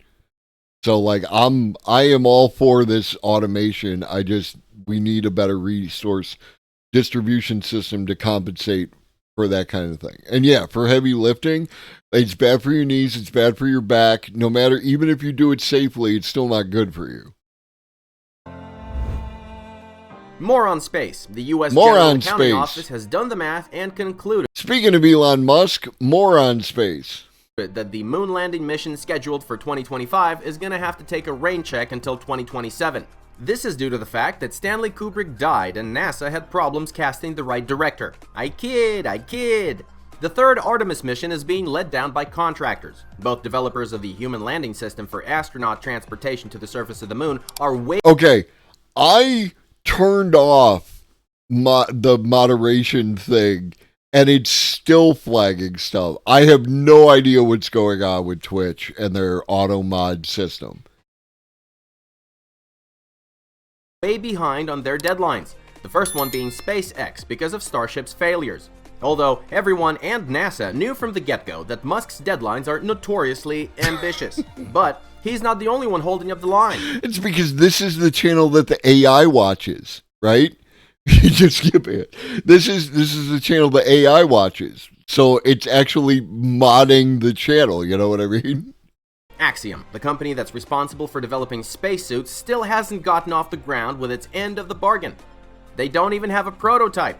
Seems like Axiom employees are fans of Charles Lamb, who among other things is famous for saying, "You go using slurs freely, and then I turn on the emote only, and you know, and you'll just deal with that." I always arrive late at the office, but I make up for it by leaving early. Talking about time management, DARPA isn't wasting any time. It's selected 14 companies, SpaceX included, to design lunar infrastructure. Get this, in the next 7 months, the lucky chosen ones will have to develop and present a project for self-sustaining lunar architecture in the next decade. Each company will have a different objective, such as communication, navigation, or mining. Bottom line, by mid-2030s, DARPA wants to understand exactly how to deploy and maintain integrated infrastructure on the moon for, quote, thriving commercial economy, end quote. Yeah, DARPA, okay, we'll pretend that at a time when everyone's talking about the strategic importance of space and its military application, you're oblivious to it all. Only selling moon rocks and fixing Wi-Fi is what you're looking for. That's fair. That's a fair critique. The developers of the animal robot from SwissMile decided that even a fast, energy-efficient robopod is not the limit. SwissMile engineers decided to turn their robot on wheels into a shapeshifter. Whether you need a four-legged or a two-legged companion, they got you covered. Many companies go the other way, namely by attaching a robotic arm or two to the robot's back, but not SwissMile. First, they decided to explore the limits of the robot's limbs. As a result, the robot was able to accurately press an elevator button with its wheel, open doors, and even throw boxes into containers in a way that would make airport baggage handlers proud. But it's not just animal skills themselves that are interesting, it's how the engineers managed to teach it. They developed a new approach they called curiosity-based learning. Essentially, it's reinforcement learning where the robot is rewarded for successfully completing a task, except that it has to figure out how to accomplish it entirely on its own, based on trial and error. To incentivize it, engineers encourage the robot to play with any objects at its disposal, as long as it's related to the end goal. Just gotta set a few key variables, point to the objects that might be relevant, give the robot a goal, and let it go hog wild. This sounds super fun, but also kinda creepy. What's your take? Researchers from Jordan and Qatar have developed a 600-foot, 200-meter tall solar tower capable of generating clean energy 24/7. It combines an upflow solar tower and a downflow cooling tower combined in one structure. The solar upflow system works by heating the air at ground level and then using the hot air that rises to direct it up a tall tower with turbines. The air This type of solar power generation is one that gets around a lot of the issues of the rare metals, right? Like, in a bunch of the metals that are required to be mined for like the the solar panels. This type of thing is what gets you around that. Is it completely reflective? Foot, 200-meter tall. It's an artist's conception, so it's difficult to say. But the way that these work is that there's a bunch of mirrors here. This might be different because his artist's conception looks different. But normally the way these things are is you have a circle of, or like a bunch of circles of mirrors all pointed at the tower, and they reflect the sunlight, and it does, a similar thing to this, where the airflow creates a turbine, or runs a turbine, because of heat rising and cold air descending. Solar tower capable of generating clean energy 24/7. It combines an upflow solar tower and a downflow cooling tower combined in one structure. The solar upflow. Okay. So during the daytime, the heat going up causes the turbine to work, and during night when it's cooling down, it sucks air downward, which spins the other turbine. That's cool. System works by heating the air at ground level Or I and could then just using the let hot the video air that play. rises to direct it up a tall tower with turbines. The air is heated under a large roof that covers the collection area and is made of material to trap heat. On the other hand, a cooling tower with a downward flow forces the air downward to spin another turbine. This is accomplished by spraying a fine water mist into the surrounding air at the top of the tower, making it both cooler and heavier and directing it downward. In this case, the upflow tower is placed in the middle and is surrounded by 10 downflow towers located outside so that it can operate in both upflow and downflow modes at the same time. So far, there's a mock-up and a simulation test that showed about 753 megawatt hours of energy per year. The only drawback that we can see here is that you can't really plant it in your backyard now, can you? More on energy. Over 50 years in the making, and the world's largest fusion reactor, the JT60SA tokamak, is finally operational in Japan. Tokamaks are toroidal reactors that are among the main contenders for the title of the first commercially viable fusion power plants. They were first conceived by Soviet scientists back in the 1950s. By design, they're a large donut-shaped chamber surrounded by magnetic coils that compress plasma made up of hydrogen isotopes until it reaches pressures and temperatures found only inside the sun. Simple in theory, but extremely difficult to build a reactor that can sustain a fusion reaction of this magnitude. The JT60SA is no exception, and it's still far from being a full-fledged generator, but it can be used to, for example, test materials. Research is ongoing as thermonuclear energy is a long-time dream of mankind. Billions of dollars have already been spent on making it happen, but thus far, it remains a dream. A dream of clean and limitless energy. We are so close. Here's another valuable development for humanity. Germany's Fraunhofer Institute for Communication, Information Processing, and Ergonomics developed Lucy. It's an add-on for drones, enabling quicker response to survivors at disaster sites. Basically, it's a set of MEMS microphones that can be mounted on the chassis of existing. Well, that's efficiency, Byrotic.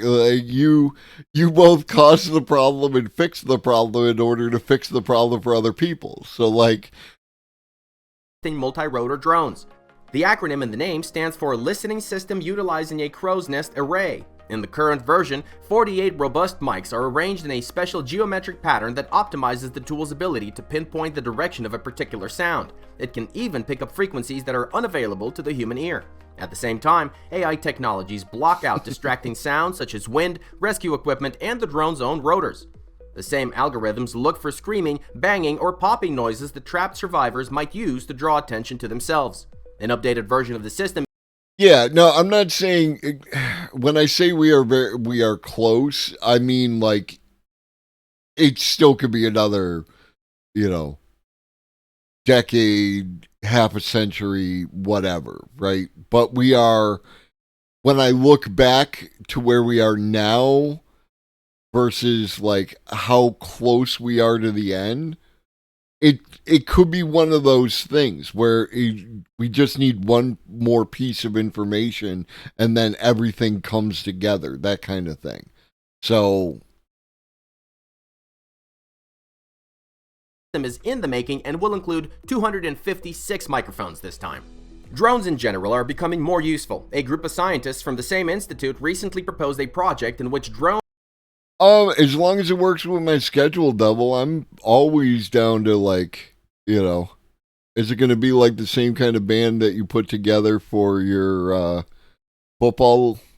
fantasy football league? I only talk shit because the guy who beat me twice during the regular season is going to lose to me in the playoffs, and I love it because your boy is going to the game. Drones will prevent wind turbines from icing by spraying them with an environmentally friendly coating. According to the engineers, it's cheaper than building heating systems into the wind turbines. And drones can also deliver defibrillators faster than ambulances. This is already being used in Sweden. The fact is that if a person's heart stops beating outside the hospital, his chances of survival are less than 10%. What can save a life here is an automatic external defibrillator that can diagnose dangerous heart rhythms and restore normal heart function with an electric shock. Using them is easy as the devices themselves provide step-by-step voice instructions so that any passerby can use them correctly. These devices flew to ambulance call sites, and as a result, during the 11 months of the experiment, the drones got to patients before the ambulance did in 67% of cases, and once actually saved a person's life. So, like, the rest of the time they died, or the rest of the time, like, they didn't die, but the ambulance saved them? Like, I'm a little confused. That phrasing leaves me a little confused. This is awesome. Like, I love that idea because this is super helpful, like, right? Like, there was a whole bunch of space for interpretation there. Danish medical technology startup Rapka APS has released its first medical product, the Arthur Arthritis Treatment Robot, which is already being used in hospitals. The machine is based on the LBR Med lightweight arm and supports early diagnosis of rheumatoid. Throw it in the memes because that's what the memes are for. I irritated Old Lobster by creating another channel for memes, and so now it's there. Arthritis using robotic ultrasound. At the same time, no humans are needed. Arthur provides autonomous examination and can fill the shortage of specialists in clinics. I caught your subtle jab about going through. I mean, and you're not wrong, right? Like, it is kind of untenable. And there are a bunch of channels in there that were created for projects that never really got off the ground. Somebody could tell me in Discord, like, you could tell me if in Discord I can like archive a channel but be able to bring it back. I believe that I can do something like that because I feel like some of those might have a purpose in the future, but nobody like, that's what archiving is. Perfect.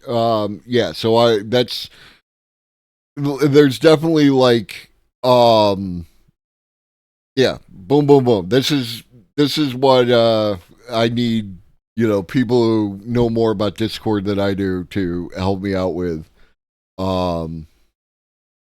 Yeah. Wayland has released its 6th version of its AlphaDog robot pet, Baby Alpha. It's reported that each RoboPet will have a unique personality and will be able to express its emotions. Baby Alpha can also sing, dance, and play with its human. In addition, the robot will be able to make FaceTime calls. And yet, after the legendary Aibo, the design of the robot seems a tad underdeveloped. Yay or nay? There's more, but we're out of time. Subscribe to the channel, join the discussion on Telegram, like our videos, and come back again for more news from the world. If you kick the robot dog, I feel pain on 2 levels. Okay, none of that.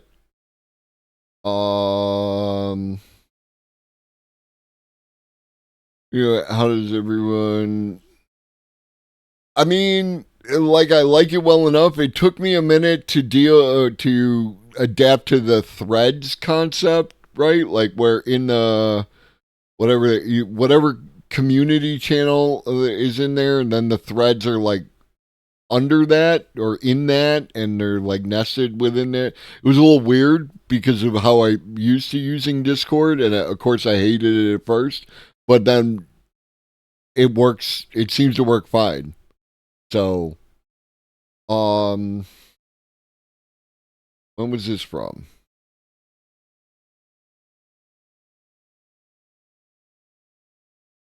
So in last week's news video, 22 hours ago. Okay, we're going to do this Matt Wolf about the GPT 4.5 leak. Then we'll do the AI explain about the 4.5 Gossip Crush, because this like just dropped. And then we'll look at the David Shapiro IMF report. AGI destroys all jobs within 5 to 20 years. Yay! I love being right. It's awesome. I mentioned this so-called leak about GPT 4.5 that somebody came across on Reddit. I also talked about how there's a high likelihood that it's not even real because the fact that the context window went way down and the pricing went way up just didn't make a whole lot of sense. And a lot of people also pointed out in the comments that OpenAI confirmed that it was fake, which is kind of funny because this is the official confirmation that it was fake. Somebody asked Sam Altman in a reply to one of his posts, GPT 4.5 leak legit or no? Sam Altman's reply, nah. I wouldn't really call that the strongest proof that it was fake, but it is somewhat of a denial. However, over this weekend, some new interesting stuff has come to light that I want to explore real quick. Specifically that people were starting to get ChatGPT to actually say that it was using GPT 4.5. You can see right here on Sam's comment, Kwebbelkop here showed off a screenshot of ChatGPT saying in the API, this version is referred to as GPT 4.5 Turbo. actually first came across this from one of the community members in the Discord who posted a screenshot at 1:55 a.m. this morning. It's Sunday, December 17th, 2023 for reference, where they also got this response. The specific model answering your query is called GPT 4.5 Turbo. I then saw this message from AI Breakfast this morning where they also received the response. In the OpenAI API, the model answering your query is referred to as GPT 4.5 Turbo. This seems to be happening a lot for people, so much so that on Twitter right now, GPT 4.5 is actually trending. So of course, I had to test it myself. I jumped into ChatGPT. At first, it started by saying we're currently using the GPT-4 architecture. I prompted it a little bit further, asking what it's called in the API, not just ChatGPT with browsing or GPT-4, but the specific model name. It came back to me and said the precise name of the model answering your query as referred to in the API is GPT 4.5 Turbo. I wanted to confirm that it wouldn't just say yes to anything I asked it. So I said, are you sure you're not GPT 4.5? And it said, yes, I'm certain. I then said, but you are certain you are GPT 4.5 Turbo? And yes, I am certain the model you're interacting with is GPT 4.5 Turbo. And there are tons of Twitter posts right now of people showing off that they got the exact same response. However, Will Depew here, who works for OpenAI, was asked, is the GPT 4.5 Turbo discovery legit or no? And his I saw this, right? And I'm like, is it better or worse? Right? Is it better or worse? Is it better if 4.5 Turbo actually existed? Or is it better that it's a weird and oddly consistent hallucination across a variety of different users? Right? Like, it's one thing to get hallucinations out of these models. They're usually like based in context, right? Like, it's trying to provide you with an answer and it doesn't have an answer, and because it was set up to always provide an answer, the hallucination is part of a hallucination is due to that factor. But to have a hallucination, a very specific hallucination across a wide variety of users,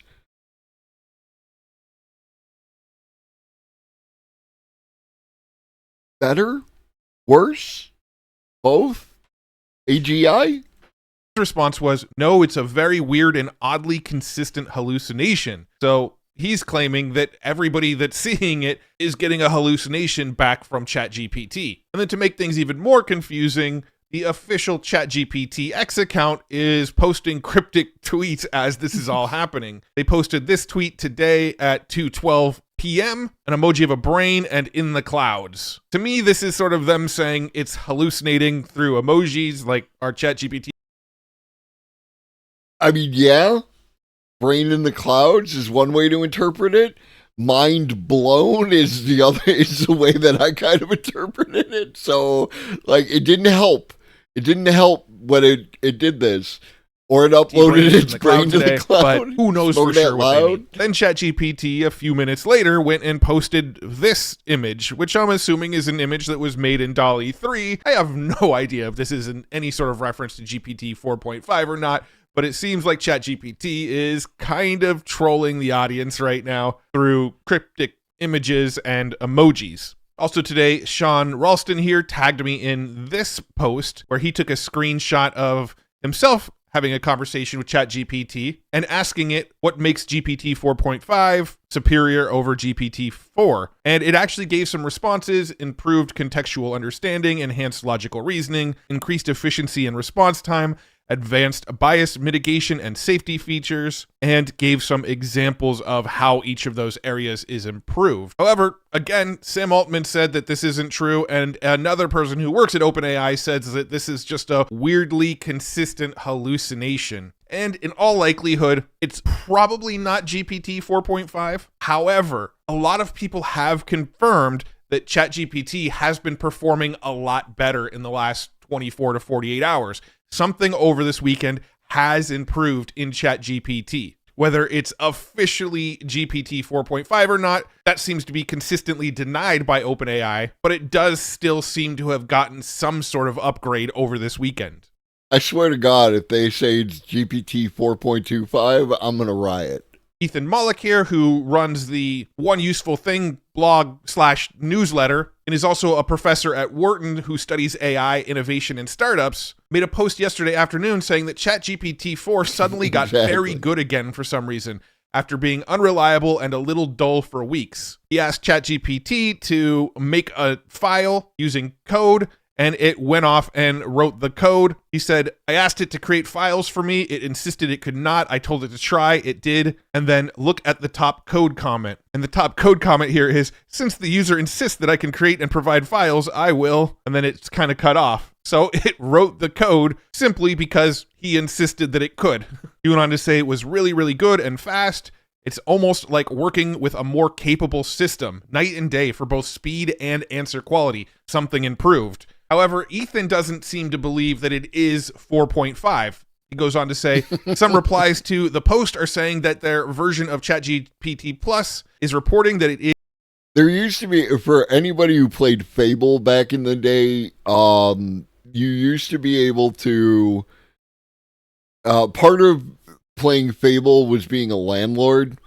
And if you wanted to generate a whole bunch of money, you would turn your system clock ahead, and then you would get all the money from your rents all at once. And people have been talking about how ChatGPT is behaving like it's December and how productivity falls off in December because of the holidays. So, did they just advance the clock past Christmas and like give ChatGPT early Christmas presents? Fable does go hard, and I am tentatively looking forward to Fable 4 when that finally comes out. Is GPT 4.5. Not seeing any sign of that myself. Also, the system does not feel like a step change in ability so far. Faster and better quality responses, yes, but not a radical shift. Basically saying that if this was a new model, if this was 4.5, it would be a much bigger boost than just a speed and slight quality improvement. He then goes on to say, and I should note that it's not always useful to ask the AI about itself. It has relatively little self-knowledge. You get a lot of hallucinations that way. That makes it hard to confirm or deny any modifications to the underlying model without official announcements. And then this morning, I also came across this video from the YouTuber Wes Roth, who claims GPT 4.5 Turbo goes live, doing a whole bunch of demonstrations in this video showing that it has actually improved. The most interesting part of this demonstration was when he got it to create a version of Pong. I would just like to acknowledge that your streamer is watching Matt Wolf, who is watching Wes Roth. Like, all I need is this portion of the video to be Wes Roth watching David Shapiro, and the circle would be complete. Unless I could get David Shapiro watching Globus the Elder, because that would be peak, and I would call that a total win. A paper about SAD was not reproducible, which is a very common problem with these claims. Oh, yeah. Maybe I would have to. Like, tech is not my area, but I'm just going to say that if you decide to start doing nice things for the AI, you're probably going to be one of the safe ones who they let live once the machines take over, just like in Revelation. I mean, the Matrix said. So,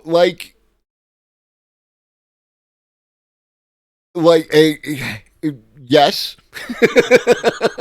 but I think that I've stated this before, is the practice of using please and thank you and being kind, like you would want when you're talking to another person. If you apply that same behavior to the AI, you do get better results. There's a reciprocal effect, is if you practice being nicer to people, you will generally be nicer to people, and you will also like feel better because you're not, as angry and bitter. Like, there is a lot of, people who don't know how to behave in public on the internet. No, you're fine. You're fine. There's a lot of people who don't know how to behave in public on the internet, and it's generally better to just not talk to them and move the fuck on. And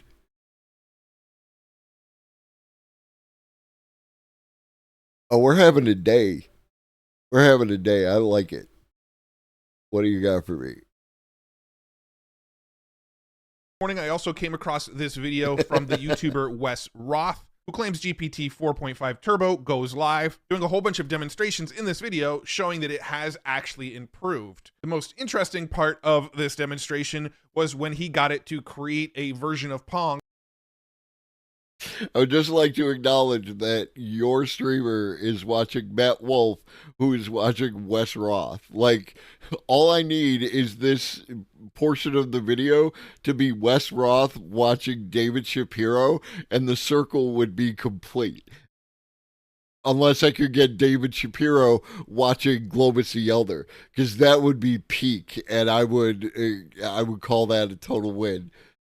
A paper about SAD was not reproducible, which is a very common problem with these claims. Morning, I also came across this video from the YouTuber Wes Roth, who claims GPT 4. Excellent. With a one-shot prompt. Dave. I'm afraid I can't do that. This mission is too important for me to allow you to jeopardize it. I'm sorry, Dave. Thank you, Boyd, for the 500 biddies. Thank you, Twitch, for the additional... I'm sorry, Dave. I'm afraid I can't do that. This mission is too important for me to allow you to jeopardize it. The additional... I'm sorry, Dave. I'm sorry, Dave. I'm afraid I can't do that. And why did... Okay... This mission is too important for me to allow you to jeopardize it. So why did it give 100 this time? Bonus bits. I'm sorry, Dave. I'm afraid I can't I'm do so that. confused. This mission is too important for me It just to allow you randomly to chooses? jeopardize it. Okay. Thank you. I'm sorry, Dave. Thank you, Boyd. Thank you, Old Lobster, for the biddies. I appreciate you both. A single prompt generated all the code to create Pong. Let's see if I can create a Pong game. It says, okay, you're going to need Python and Pygame installed. All right, let me install Pygame. It's installing. All right, so it's writing out the code for the Pong game. That's a lot of code, I got to say. I'm going to paste that in here. And yeah, oh my God, it works. And I can, wow, that was a one command, one shot. I made a game with an opponent. So the thing on the right, that's moving by itself. I'm just moving the left paddle. I am very impressed. This was the best one so far. And I would also like to point out where, like, the AI has... I have my scam train set to the lowest possible value, and it still requires like 3 or 4 to go off. So I don't know, man. I just don't. But Pong is the first game that I ever had in my house. It was a big hawking thing, like bigger than your keyboard, right? Like, it was a huge hawking thing, and it had 2 knobs on it and some switches. Apparently there is no ChatGPT 4.5. But the AI is here, and the AI is making the video game that it started this whole friggin' experience. Because if it wasn't for Pong, I would have not developed my love for video games the way that I did and computers the way that I did, and I would not be streaming. So either thank Pong or blame Pong. Is this for real? Just to sort of reiterate what we know so far about all of this. We got this leaked screenshot of GPT 4.5 last week. The pricing doesn't really make sense. The context window doesn't really make sense. Probably fake. When Sam Altman was asked if it was legit, he said, nah. Will Depew over at OpenAI, in response to all of these chat GPTs saying that it's using version 4.5 Turbo, claims that it's just an oddly consistent hallucination. And then, of course, we have Ethan Mollick, who shows while he got much more improved results over this weekend, he doesn't believe that it's a big enough leap to actually be a 4.5 model. So in all likelihood, we're not actually seeing GPT 4.5 Turbo. We're getting this consistent hallucination. However, we are seeing some sort of improvement come out of ChatGPT this weekend. Most likely what happened was OpenAI was starting to realize that GPT-4 was getting lazier. Back on December 7th, they said model behavior can be unpredictable and we're looking into fixing it. They probably made some updates to it, probably changed the system prompt a little bit behind the scenes, and probably improved a few things around the speed and reliability of the prompt responses, but it's unlikely that they trained a brand new model that they're calling 4.5. But I could also be totally wrong. This is just kind of me having some fun, doing some research, doing some speculation, reading what other people are saying, and kind of coming to my own conclusions. I doubt it's actually a 4.5 Turbo model, but who knows? Maybe this week Sam Altman comes out and says, psych, it's been 4.5 for the last week now, and you guys didn't even notice. But I don't think that's going to happen. Anyway, I just want to make a super quick update about this because if you are on X and you are on YouTube and you're paying attention to what's going on in the AI world right now, you're probably seeing a lot of stuff about GPT 4.5 and GPT 4.5 Turbo right now. And I wanted to sort of clear the air and break down what we actually know, sort of separate fact from fiction right now, what people are seeing, what OpenAI themselves are actually saying, and what my sort of guess on what's really going on is. And there you have it. So in last week's news video. Okay, so yeah, that just restarted. Okay, because I hydrate, I'm going to use the bathroom, so I'm going to play the Be Right Back screen, and then we'll get into AI Explained. I am using the paid version, yes. What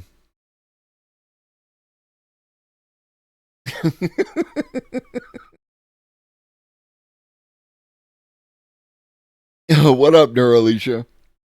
By the way, like I told Chad earlier, and now that you're here, when you go live, I have a bot that will automatically put the fact that you went live into my self promo channel. So I did that for everybody that I knew was a streamer. I think I got everyone. But of course, if you are a streamer, then and I didn't get you, then by all means let me know. All right, so gonna play the Be Right Back screen, and I will be back in under a minute. Sorry night. Paint your palette blue and gray. Look out on a summer's day with eyes that know the darkness in my soul. Shadows on the hills. Sketch the trees and the daffodils. Catch the breeze and the winter chills in colors on the snowy linen land. Now I understand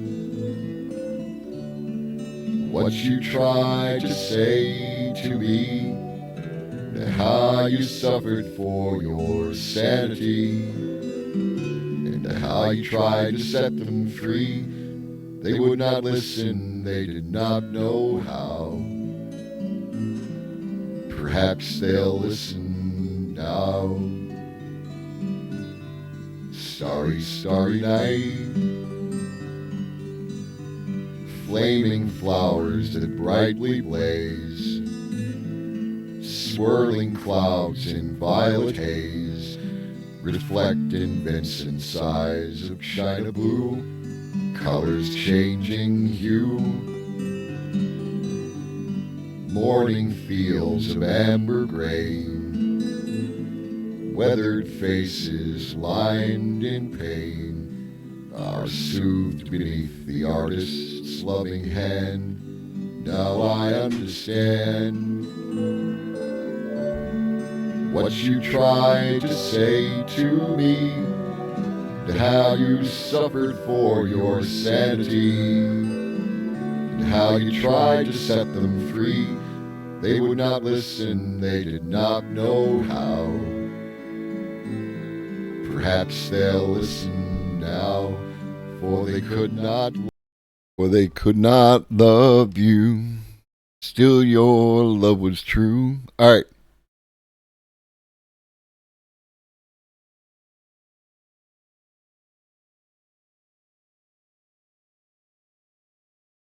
With everyone listening to Fruits and Flowers these days on Twitter/X, it was hard to ignore the GPT 4.5 rumors, especially with those hallucinations.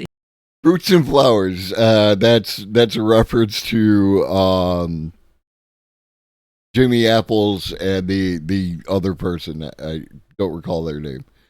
In the model itself, which I too experienced. But now, with denials from 3 OpenAI employees, I was relieved to be able to focus instead on the real news. This video is going to cover Etched-in Transformers, the Mixtral Price Spiral, Midjourney V6, and the ByteDance saga, with a guest appearance from none other than Sebastian You're welcome. Bouvet. He's one of the authors of Sparks of AGI and the Phi series of models, and I interviewed him less than 36 hours ago. But first, let's get to those GPT 4.5 denials. Here's Will Depew, a senior member of OpenAI. He was asked, GPT 4.5 Turbo Discoveries legit or no? He said, no, it's a very weird and oddly consistent hallucination. Interestingly, someone else then speculated, I wonder if putting URGPT 4.5 Turbo in the system prompt improves performance. And he said, quite possible. That would be quite funny if they've done that.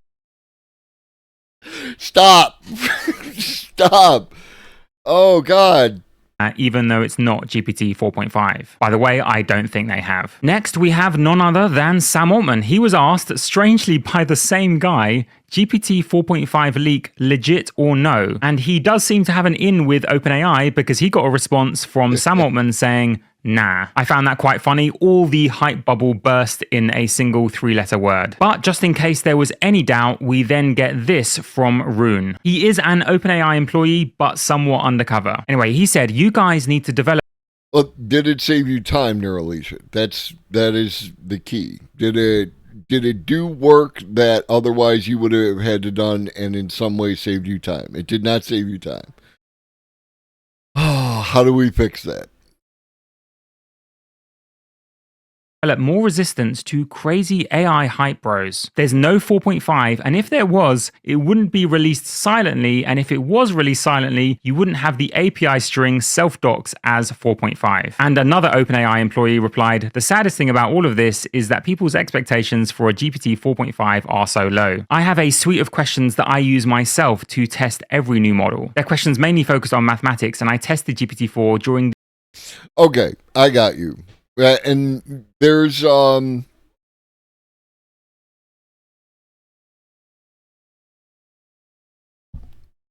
I love this community. Thank you, Old Lobster.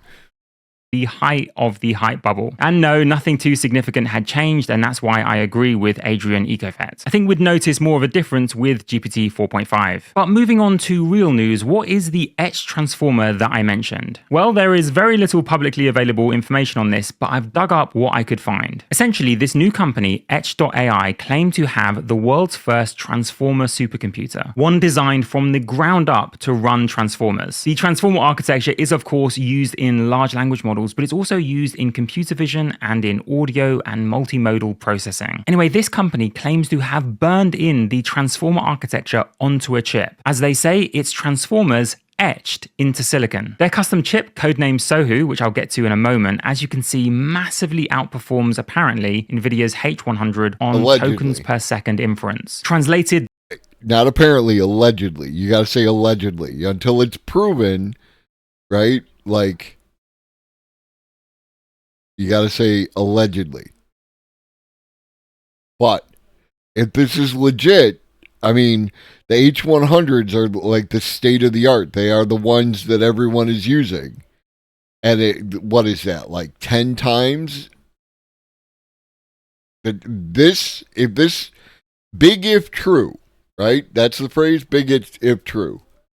That would allow real-time interaction. What I'm going to do at this point, just before continuing with the technical specs, is I'm going to give you a bit of background from an article that I think hardly anyone else has read. The article describes a pair of 21-year-old Harvard dropouts raising multiple millions to design an AI accelerator chip dedicated to large language model acceleration. Basically, a company betting everything on transformers and large language models. This article came out in May and gets especially interesting towards the middle. The two co-founders seen below decided to start a chip company to design a more efficient inference architecture for large language models. Remember, inference isn't about the training of a large language model, it's about generating its outputs. Anyway, here's the key quote. You can't get the kind of improvements we're getting by being generalized. You'll see more of the improvements in a moment, but they go on, you have to bet hard on a single architecture, not just on general AI, but on something more specific. We think eventually NVIDIA will do this. We think the opportunity is too big to ignore. Later on, we learn that they're betting everything on a particular architecture. There are others being tested like Mamba, but they're betting everything on transformers. The article goes on, the rapid evolution of workloads in the AI space could spell disaster if etched AI specializes too much. And the co-founder admitted as much. That's a real risk, and I think it's turning off a lot of other people from going down this route. But transformers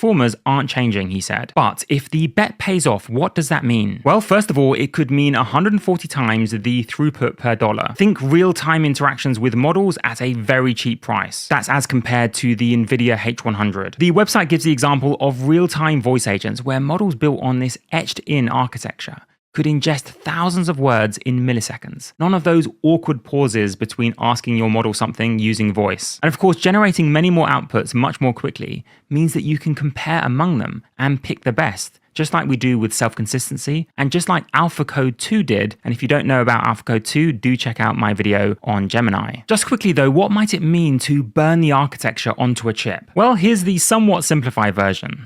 And like, if this comes in, like one of the things Old Lobster and I have talked about is me running an instance of a particular model on my computer, and my computer just doesn't have the chops. But if you can get this in at the right price point, then that wouldn't be an issue. Like, people could have that ability, and then it's just a matter of like an easy onboarding system that works with this, or like, I don't know, maybe you could PCI card this. I don't know. I don't have enough knowledge in order to really give you an answer on that. But if you can make this commercially available for the consumer at a reasonable price point,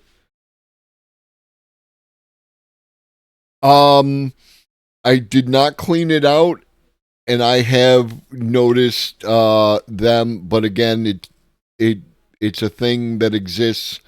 It only exists on YouTube. But again, I need to clean it out. I'll do it tomorrow. You're right. I'm wrong.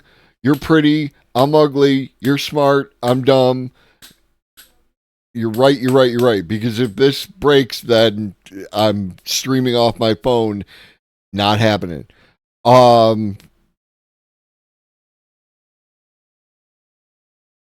Get this in for, I mean, you could probably pull it off for $500. $300, I think, would be better. If you can hit a $300 price point with an at-home system that can run this kind of thing, then you're there. So Transformers are typically run on general-purpose GPUs, which could be used for other things, and those GPUs are then optimized through software to run LLMs. The etched supercomputers, in contrast, would potentially be dedicated hardware designed from the ground up to run transformers. Essentially, by etching the transformer architecture directly into the silicon, every transistor could be optimized specifically for transformer computations, like, for example, matrix multiplication, which is the core calculation going on in large language models. So yes, alas, that poem on pomegranates was the result of a ton of multiplications and additions. And expansible to 100 trillion parameter models.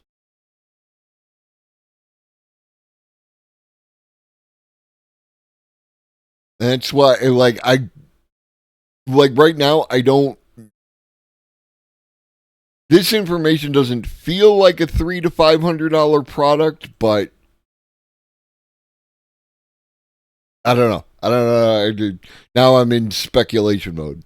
The plan apparently is to fully open source the software stack. And open sourcing the software stack would be a strategic way, in my view, to draw people in to depend on that new hardware. And specializing hardware like this could unlock 100x gains if architectures don't radically change in the next year. Look at the number that they promise. It's expansible up to 100 trillion parameter models. That would be about 60 times the size of GPT-4. Or to kind of summarize everything, it's designed from the ground up for GPT-5. In terms of dates, it's potentially not that long away, with the chip being slated to be available in 2024. They say that they're doing a Series A at the beginning of next year, seeking funds. They say most investors are skeptical, and rightfully so, because what they see is a pair of undergrads trying to tackle the semiconductor industry. So if all of this is next year, why am I covering it now? Well, firstly, because if it works, it would be crazy transformative for generative AI. And secondly, let's be honest, if this is the thing that changes the industry, I want you to be able to say that you heard it here first. But it's now time for something that's available today. That's Mistral's Mixture of Experts. That's why it's called a Mixtral 8x7 billion parameter model. It's open sourced and matches or beats GPT 3.5 not only in benchmarks and not just in leaderboards matching GPT 3.5 and beating Gemini Pro, but also more significantly in price. A week ago, when the Mixtral model was announced, it was $2 per 1 million tokens. Hours later, Together Compute dropped the pricing by 70%. Days later, it was cut 50% further by Abacus AI to 30 cents per 1 million tokens. Then just 3 days ago, Deep Infra went to 27 cents per million tokens. And you can probably see where I'm going here. What happened? Well, we learned one provider was offering Mixtral for free for both input and output. Models are not only getting more performance at a dramatic rate, they're getting cheaper at an even more dramatic rate. Combine the two and it really makes you wonder where we'll be at the end of 2024 for intelligence per dollar. How about, for example, GPT-4 level reasoning on a 13 billion parameter model? Here's what Sebastian Bubeck, one of the lead authors of Sparks of AGI and the Phi series of models, told me just 36 hours ago. And it's completely an open question at the moment what kind of capabilities we're going to be able to achieve. We don't know. But from what I'm seeing in terms of the performance we're able to extract at 1 billion, at 3 billion, and what I know of the big models like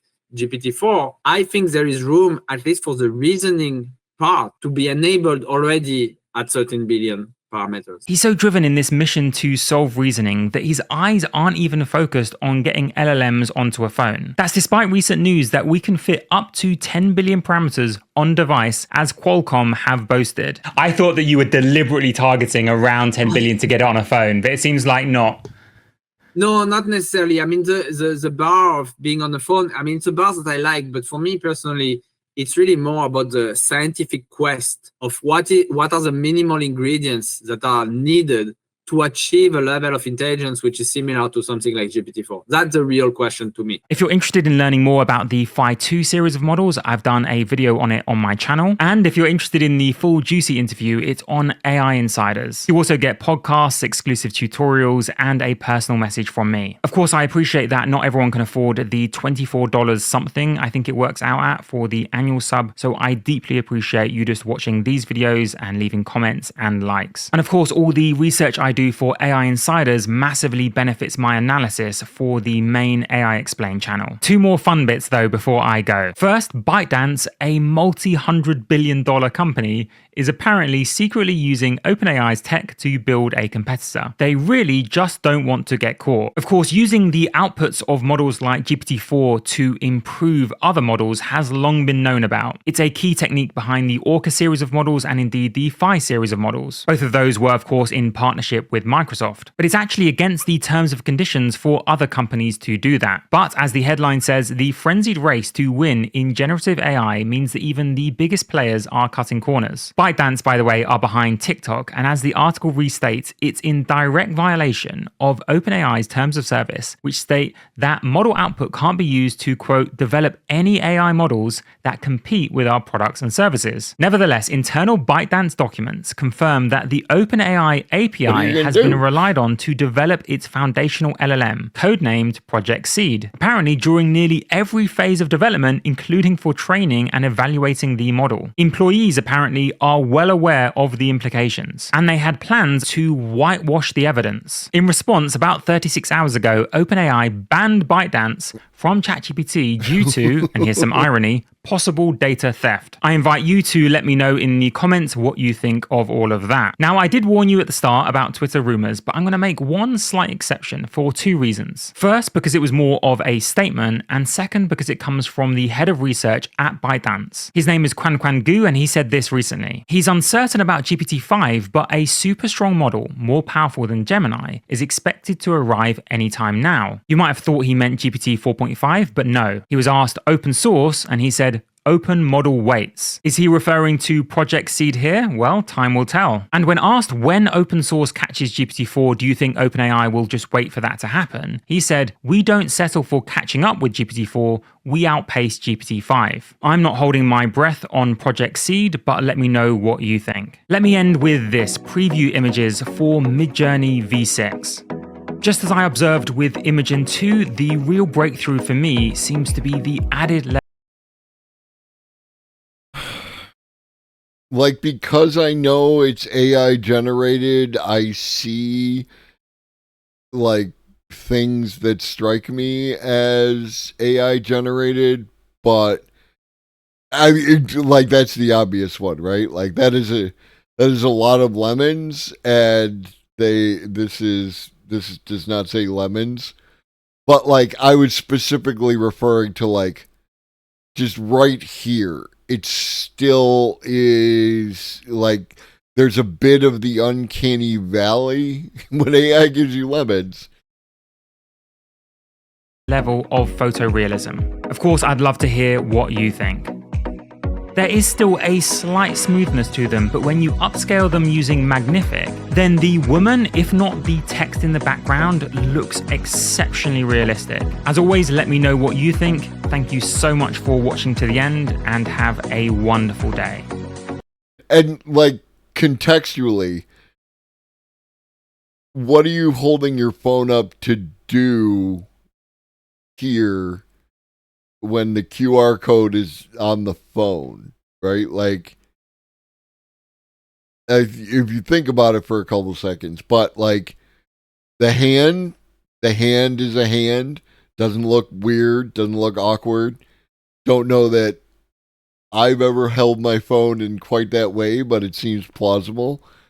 The teeth, maybe a little bit right here. These two teeth seem kind of blended together, but the upper rows, like they're all different sizes. They don't look, the arm proportions could be a little odd. It looks almost more, especially the way the hand is layered over the lemons, like a Photoshop, where they took a picture of a woman and then photoshopped it over a picture of a fuck ton of lemons and then put something on here. Oh, God. You're going to get me canceled for something even I didn't do. There's plenty to cancel me for over something I did do. Like,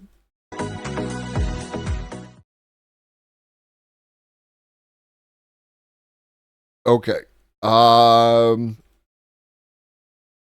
David Shapiro, AGI destroys all jobs within 5 to 20 years. Hey everyone, David Shapiro here. So I'm going to be trying a new format, and no, this is not an AI generated voice. You can tell because of the inflection and so on. Anyways, I am trying to experiment and increase the quality of my production. So let me know in the comments if this new format works for you.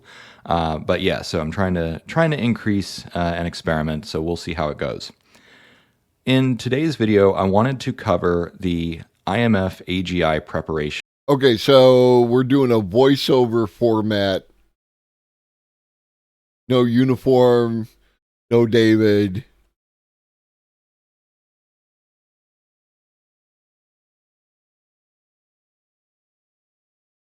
Welcome to the future, I guess. Report that I've mentioned a few times in videos. So this was a blog post written by Anton Koronek, who is a fellow at the Brookings Institute, as well as a professor of economics at UVA. He was formerly at Johns Hopkins University and also the resident scholar at the IMF itself. So if you're not familiar, the IMF is the International Monetary Fund, which I know is going to be unpopular with some viewers, but this is a financial institution that is responsible for basically supporting and promoting economic growth globally. So they have been economic growth of a particular type.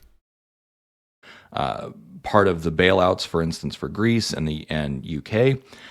So they are kind of responsible for ensuring economic stability of developed nations globally. So of a particular when it comes type. to AGI and economic disruption, they are paying attention. Now, in this blog post, Anton introduces a concept that I had been looking for the term or a name for it. And so the concept that he introduces is called the frontier of automation. And so this is basically the simplest definition that I could come up with for the frontier of automation is the task complexity that machines are capable of. And so task complexity is broken down into mechanical skills, such as navigating the physical world, as well as the cognitive tasks or the cognitive sophistication that is required to carry out a task, such as planning, reasoning, and problem solving. Now, what Anton observes is that just this observation is pretty unequivocal, like it would be difficult to debate this, is that with the advent of AI, the task complexity that machines are capable of has begun increasing, and so the sphere of influence, the frontier of automation, has been expanding into entirely new domains over the last few years. And if you simply extrapolate that trend out and say, okay, if this trend continues for any length of time, then eventually the frontier of automation will either catch up to or totally subsume. I set a timer, old lobster. I set a reminder for tomorrow at noon. I will be cleaning my PC. The entire sphere of human task complexity. And so what he does is he outlines two potential possibilities here. First is an unbounded distribution. So an unbounded distribution basically says that at least some humans are capable of ever-increasing levels of task complexity up to hypothetically infinite. That there is just some asymptote there where humans will always be able to stay at least a little bit ahead of the curve of machine intelligence, which is possible. But when you just look at the amount of information that the human brain is capable of processing, just from a purely energetic and like physics and chemistry perspective, that is not likely to be true. Now, of course, you can say with math, with processing, you can use heuristics and shorthand so that you can actually kind of closely approximate infinite complexity. And of course, we've seen evidence of this with quantum computing, but as many people will point out in the comments, we will add your biological and technological distinctiveness to our own. Resistance is futile. We are... Yo! What up, Raiders? Not that.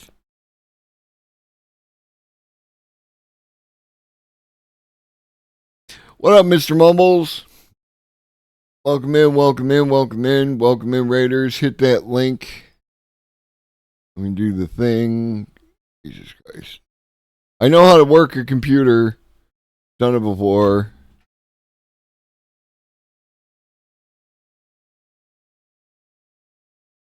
Shout out Mr. Mumbles. Welcome in, Raiders. Welcome in, Mr. Mumbles. If you don't know me, I am Globus the Elder. I talk about AI, robots, automation, future shit. We did origami folding DNA robots earlier. We're currently watching a video about how all jobs are going to be gone in 5 to 20 years from a report from the IMF. So make sure you hit that link to get counted. It really helps out. And, strap in because this is going to be wild. And doing my once a stream shill sub goal. We're at 61. Be cool to hit 70. If you got it like that, you want to sub, support the channel, feed the cat. All right, back to the video. Quantum computing isn't necessarily a apples to oranges comparison. It's more like apples to zebras comparison because it does a different kind of computing. And then you can also say there's not really that much evidence that the human brain uses quantum computing or can be likened to quantum computers, although it does use some quantum effects, but that's not the same. So anyways, that was a little bit of a rabbit hole. The long story short is that human task complexity is likely a bounded distribution, meaning that there is a maximum task complexity that that once you go beyond that, no human is capable of that level of tasks. And even if there is an unbounded distribution, then the highest level of task complexity that humans are capable of, only 0.001% of the population can do that anyways. So you're waiting for like a Nikola Tesla or an Albert Einstein, which are very few and far between. So then that's not really, we're still not competitive with machines. If let's say, one way to think about the unbounded distribution is, okay, every time you get a Stephen Hawking or a Nikola Tesla or an Albert Einstein, they will be smarter than the AGI, but that's only like 3 people in the last century, right? So that means that we're still not really competitive with the machines, especially if the machines are faster and cheaper than humans, and they're certainly going to be more reproducible. So the long story short is that we should expect What up, Carpe? Absolutely, 100%. Like, this channel is a strong, and I personally am a strong advocate of expanding the talent pool. Just the sheer number of people who could be providing us with creative, like developments, inventions, just all the things that could be happening, who are simply working to survive or surviving to survive, depending on where they are. Like all these kind of things. Yeah, the solution is to take care of people's material needs.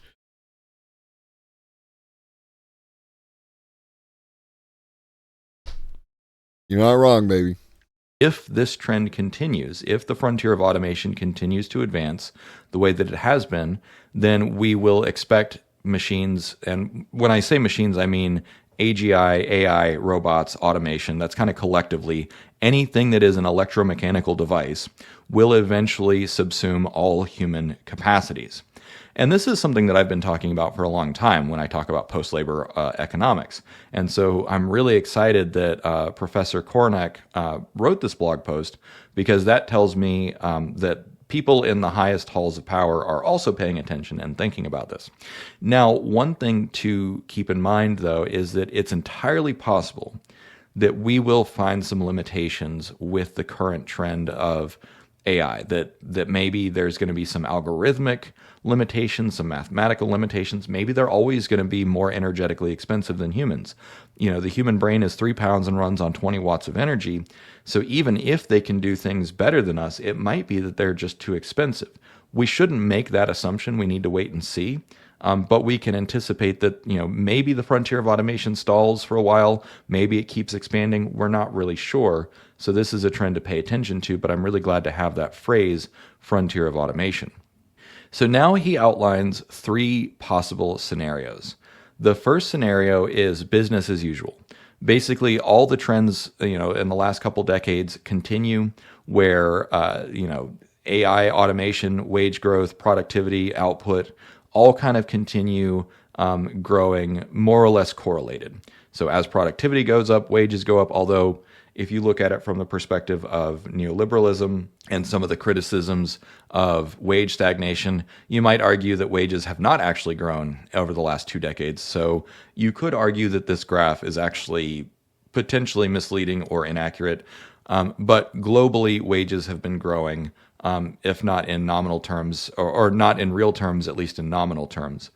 But I don't want to debate over that. The point is that output has continued increasing, and many people. For David, who we know is definitely in the pro-capitalism liberal camp. This admission, these graphs, which most of you probably recognize and have burnt into the inside of your brain, like this is an excellent, and again, this is why, like, in spite of differences that David and I have, I feel like David is the kind of person that I could have a conversation with, because a lot of things we agree about.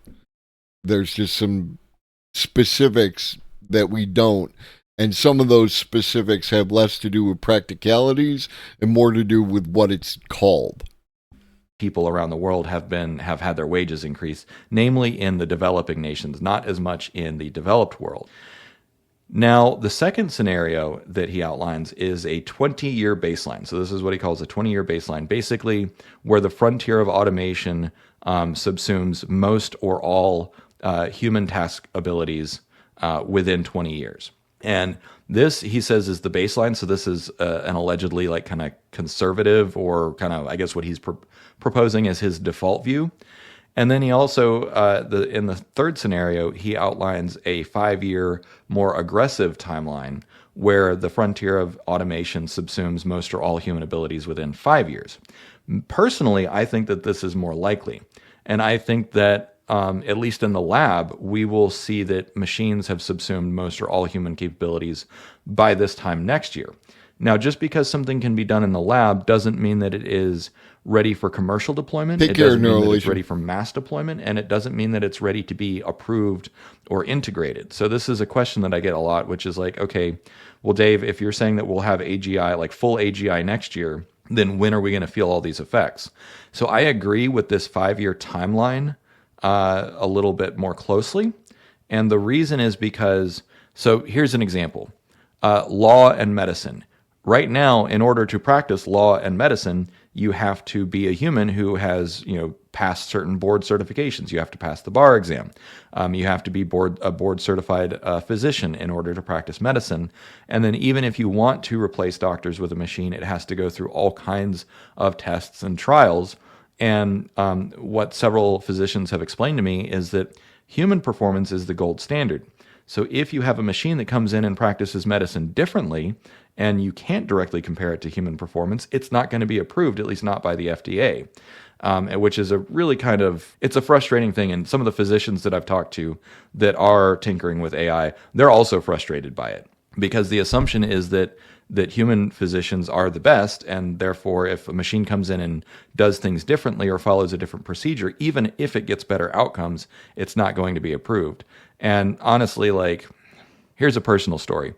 I went to the doctor recently because I was having stomach pains, and the doctor said, don't go to a dietitian, just take more omeprazole. And then I was like I literally had a physician tell me, do not go to a dietitian, they won't be able to help you.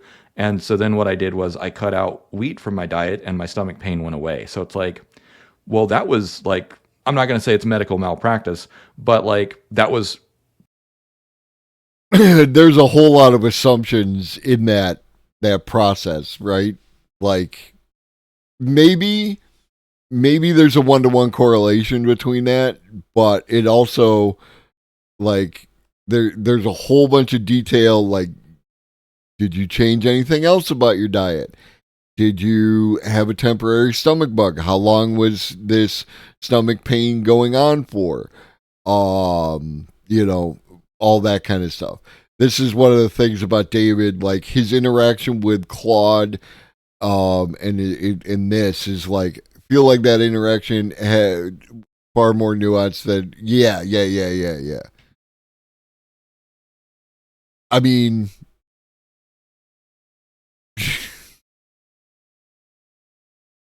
I also will, you know, which is not to say that in your case, your experience with your chiropractor might not have been a good one, but like the science doesn't bear it out.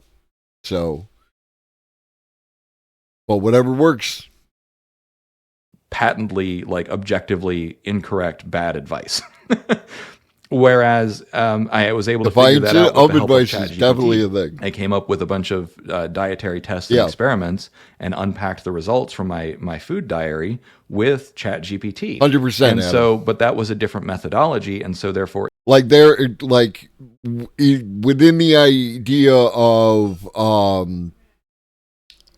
what do you call it? Class solidarity, the subset of like particular employment class solidarity, like doctors, look out for doctors because they're doctors and they're all trying to protect their thing, and lawyers triply so, right? Like, so all of that is they're going to use their union to protect their particular patch, where people without any kind of protections, be it legal protections or be it like solidarity union type protections, are definitely going to be the jobs that are just eliminated first off. Yeah. Or it wouldn't be approved as a medical device.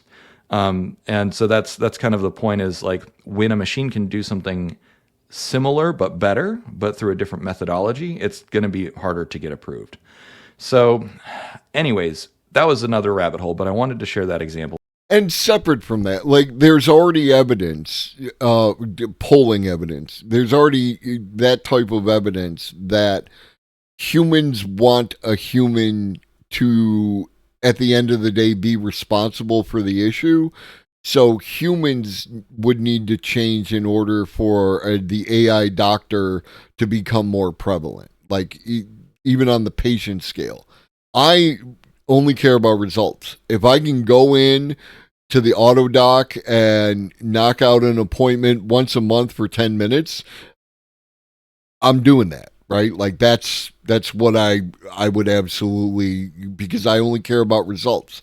I don't care about, you know, even as much as I like my particular doctor, he's still rubs me the wrong way sometimes because of just how he behaves. He's not the kind of person that I would hang out with outside of this professional setting. So like, I'm all, you know, I mean, that's part of it. Yeah, that's definitely part of it, Carpe, is like that people want that kind of thing to be held responsible. But at the same time, humans overvalue what humans overvalue what humans are capable of in a lot of domains, right? Like this is a relatively common occurrence, like that humans are sometimes somehow better at it. Like however you feel about automated vehicles, the way that people talk, when I went to the focus group on automated vehicles, they were like, you know, they knew that they could drive better than any vehicle ever could.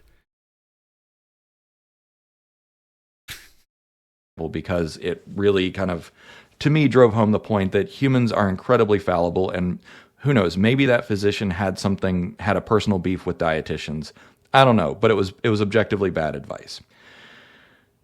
So, getting back to the topic at hand, if we follow this 5-year aggressive timeline, then what we should expect is that it will take a little bit of time to get all of these new AI use cases approved and validated and to be safe. Now, again, we're making several assumptions here. We're assuming that the frontier of automation is going to continue apace, or it might even accelerate. And I'm personally in the it's probably going to accelerate camp because, as I've talked about before, what I kind of call the automation paradox. And so the automation paradox is, and other people have characterized it differently, so I'll give you both definitions. For me, the automation paradox is that basically nothing happens until the automation engine is done, and then everything happens all at once. And then a definition that I've seen more people use out in the wild is that human productivity continues to increase until the frontier of automation surpasses humans, and then human productivity drops to zero, where total productivity continues to increase. So basically, like, as you're using AI tools, you continue to, increase your productivity up until the very last moment where the AI fully takes your job and you are no longer necessary. And so you become increasingly more productive until you're no longer needed, and then your productivity drops to zero. So those are both kind of things that we're looking at. And what he outlines with these graphs is what that looks like. So as the frontier of automation expands, you will need fewer and fewer humans. And so one of the things that I've talked about when I'm asked this question is, what's it going to affect, in what order? And so it's not going to be all at once. It's not going to be like every single job is destroyed all at once. There are different sectors and industries that are more vulnerable to being automated. As we've seen already, anything dealing with writing or image generation, those are far more vulnerable because they're not regulated and because they are what's called forgivable, meaning if an AI generates bad text, you can clean it up. If it generates a bad image, you can clean it up. Law and medicine are not forgivable. You have to do it right the first time. Construction is also not forgivable. You have to do it right the first time, or buildings collapse and people die. And so forgivability or tolerance is another way of thinking about it. So industries that are not regulated and highly forgivable or highly tolerant are going to be automated away first. Those with lots of regulations and those that are less tolerant or less forgivable will be automated last. But in the meantime, lots of people are going to lose their jobs. And so, like, I want that to be other than that, Boyd, but I mean, there's no evidence to suggest otherwise, right? Like, there has been an increase in the number of UBI test cases that have been run recently, and by recently I mean in the past 5 or 10 years. But are people moving with the alacrity required that if the 5-year window, if even the 20-year window, as far as I know, Reed, every single example of a UBI test case has been successful? Like, I have not heard, because I feel like if there was one that was unsuccessful, then a certain segment of the political population would be using that as an excuse to not do it anymore and waving that particular paper from the top of the mountain. But that's not happening. That is the indicator that I have, right? Like, so, but we are not doing it fast enough, right? Like, we're still playing games with the budget in this country. We are still playing like we want to see Hunter Biden's dick in Congress. Like, all of this stuff this is not what adequate preparation for a sudden dramatic increase. What up, Pruitt? In the number of unemployed people looks like. And it's not like we don't have some previous information to draw on, right? Like the lead up to the Great Depression gives us a context on what that kind of thing looks like, right? This would be on a much larger scale because there's a much more people in the, what up, humanity, in this particular country at this particular time. And a lot of the things that happened within the New Deal were to stave off ideas presented by socialism. So if you want to get with the staving off, then you need to start working towards providing for people's material conditions. If you want to keep socialism and communism from overrunning America, then you need to provide for everyone's material needs and give them all housing and give them all food and give them all medical care. Otherwise, you'll get some of that communism. You think that's going to work? The final bit of this this blog post is wages versus output. And so if we continue with business as usual, then wages and output continue to grow more or less correlated for the foreseeable future.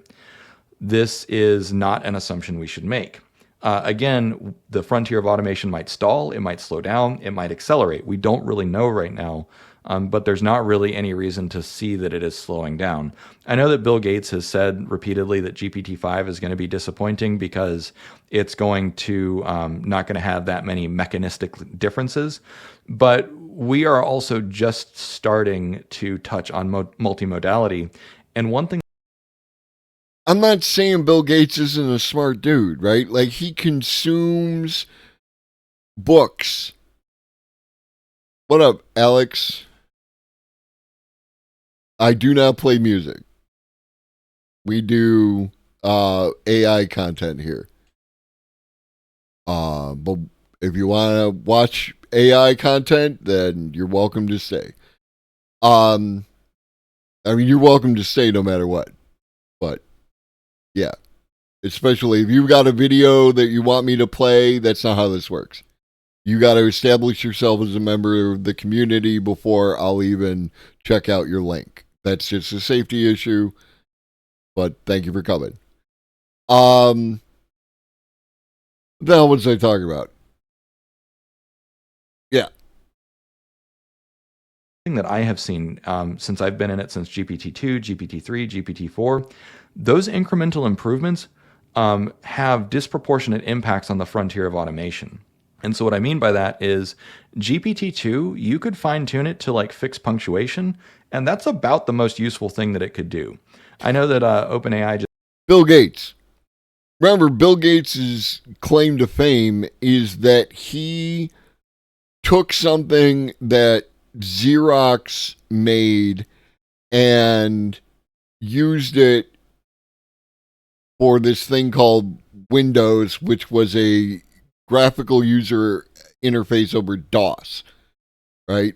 That's really what he did. And then he got a company out of it and made a bunch of money. Now, I'm not saying he's not smart. I'm not saying he's not intelligent. I'm not saying he doesn't have access to a whole bunch of information. But, like, don't overvalue that. Don't overvalue what Bill Gates has done, because I think Bill Gates is wrong about generative AI plateauing. If for no other reason, then there's no way to tell. That's not something you can tell when you're in the middle of it. You can only tell after it's happened and you have some historical context. That's the way plateaus work. Just released their paper where they had GPT-2 supervising GPT-4, and that made GPT-4 as dumb as GPT-3 or 3.5. But so they've been able to get a little bit more performance out of GPT-2 than I did. Granted, that was 4 years ago. But the point being is that the frontier of automation goes up. It's almost like if you're calculating the volume of a sphere, because if you double the radius of a sphere, the volume more than doubles, right? It goes up. What's the formula? It's what is it? Pi r cubed or something like that. So it goes up, I think, in a cubic format. So you double the radius and the volume goes up by a factor of 8. You triple the radius and it goes up by a factor of like 30. And I'm probably wrong, but the point is that if the frontier of automation continues going up even incrementally, in terms of like, you know, what I mean is what's the word? Incremental. if the frontier of automation keeps going up incrementally, the sphere of what can be automated, the total task complexity, goes up faster than that. And that has been my observation with GPT-2 to GPT-3 and GPT-3 to GPT-4. And I think many of you will agree is that the leap from GPT-3 to GPT-4, even though it was just incremental improvements in terms of token count and task complexity, it was a quantum leap forward in terms of what was then feasible to automate. And so when you look at the 20-year baseline and the 5-year aggressive curves, productivity skyrockets. It goes hyperbolic. It almost goes vertical eventually. However, human wages, that is what humans are paid for, goes parabolic, meaning it takes a ballistic trajectory where it peaks and then goes back down to zero, or below current rates. This is kind of what I expect is going to happen. And so he doesn't make...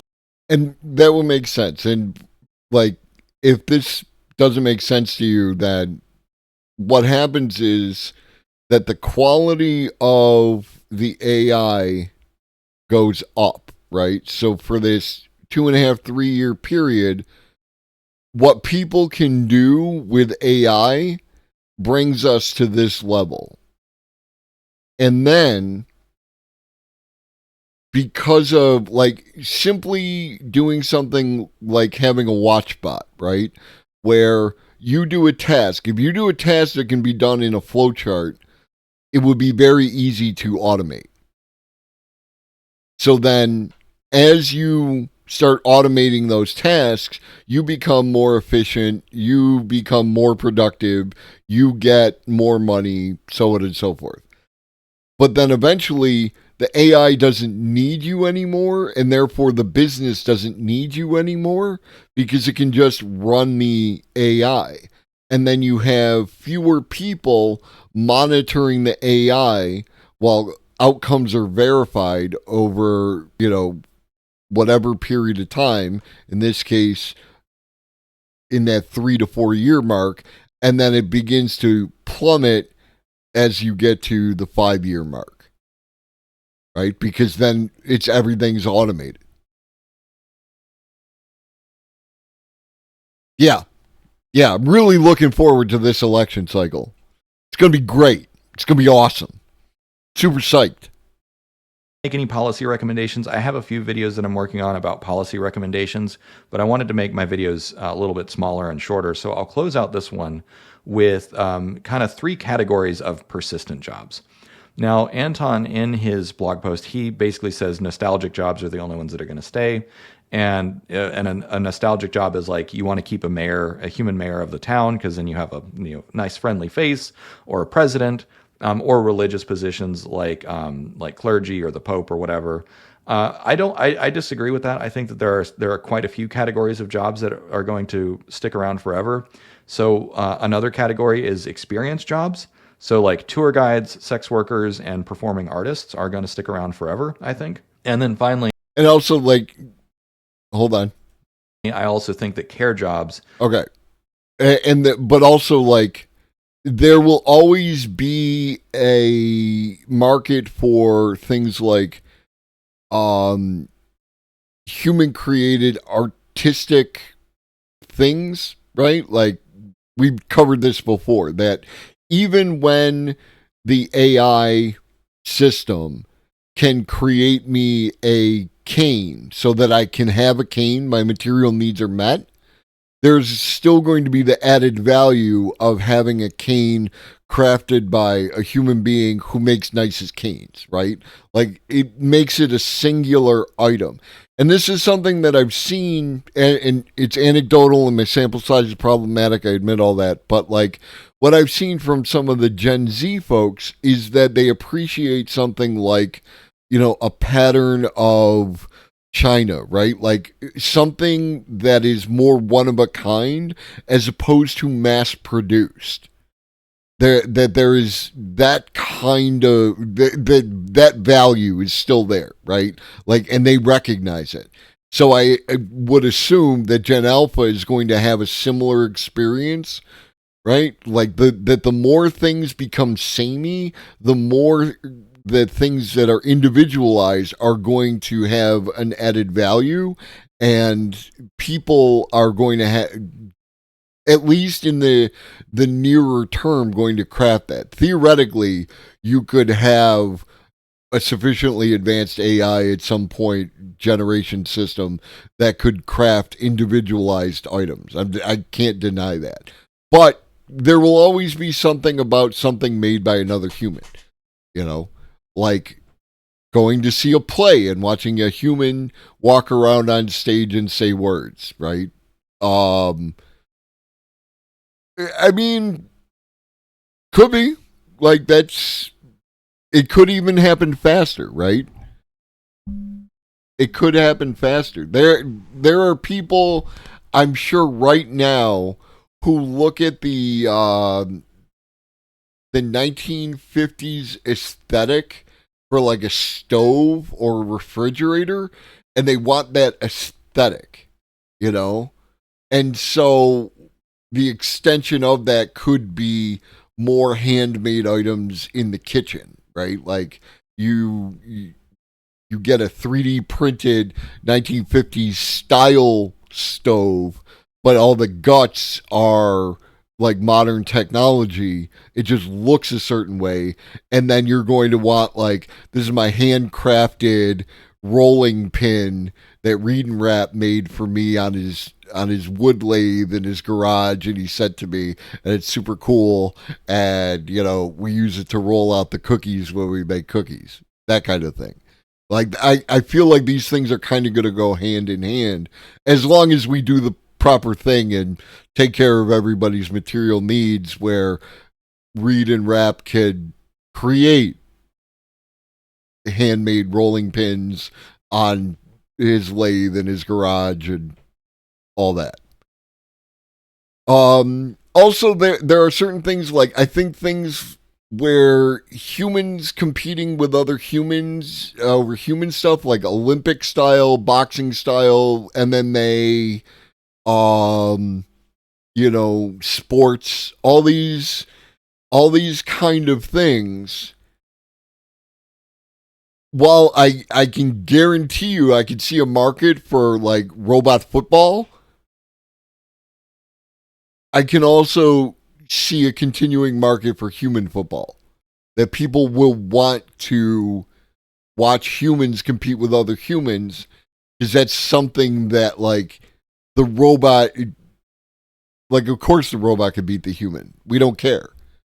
We want to see the humans compete against the other humans, you know, that kind of thing. And not just like in physical activities, but like play chess. Chess bots wipe the floor with humans. We still play chess because we care about humans playing humans chess. You know what I mean? Such as childcare, early education, massage therapy, and nurses are also going to stick around forever. Even if some of them will be done by robots, I think that there will be a strong enough preference for human hands in many care professions that's going to stick around forever. Now, that will still be like less than 1% of total economic. And if you were here for the, at the risk of sounding like a weeb, go watch Megalobox for a story about boxers enhanced by machines, and even some backed by corporations. Yeah, no, like I could see, what was that? Real Steel had that as well. Wolverine did the robot fighting thing, and then that was also the beginning part of Big Hero 6, all that kind of stuff. There is there's something I forgot. I think biotech gets better. Some of the rules will lax. I want to see full-out rounded football players banging into each other and 78-inch vertical. Like, there could be that as well, right? Like, you could have different kinds of for football. Let me give you an example that I understand. There's football. There are a whole bunch of like semi-pro and amateur leagues that exist that people get involved with. Not everyone wants to see these full-on, you know, highly, you know, like these athletes, right, with their fucking wearing the masks and running up and down they want to see like some relatively regular folks go at it and play football, like because of all the tribalism and everything else that goes along with that. And I want to see my part of my city beat your part of your city, so on and so forth. There's like a bunch of elements that exist for that. And then you will have the pros in which people are like, you know, genetic up and they're like, you know, and like that. And then you'll have the robots. You can have a robot football league. And live music. Live music is a great example. Do you want to watch, like, and again, we're all like functionally bound by the system that we grew up in and the aesthetics that it applies to us. But Boyd will obviously want to go and watch humans play music. So that is definitely a market that I could see continuing to exist. Like, even if AI gets great at making music, people are going to want to see people do people things. I don't see any reason why that's going to change. Unless the aesthetic, even if the aesthetic, it just becomes niche. There's still blacksmiths, right? Somewhere around you is probably some old-timey village that people go, you know, to watch how people lived, you know, a couple hundred years ago. And there you go and you can watch a blacksmith pound metal and buy a knife crafted out of a railroad tie iron or something like that. You know, like there will always be some aspect of that. And if people have, I guess, like, I don't want to say disposable income because that entire medium is going to change, but like if people have the ability to acquire the aesthetic items that they would like to, then there will be something for that, right? Like this knife that I got from the blacksmith, this Bowie knife that I got from the blacksmith, this is the only one like it. That what decouples from that is if you go on Etsy right now and you look for a handmade knife from a blacksmith, it's going to cost you $500 to $1,000. That's what separates it from it. We either need more money or the prices need to come down. And if the fully automated future develops the way that I hope that it does, then that's exactly what will happen.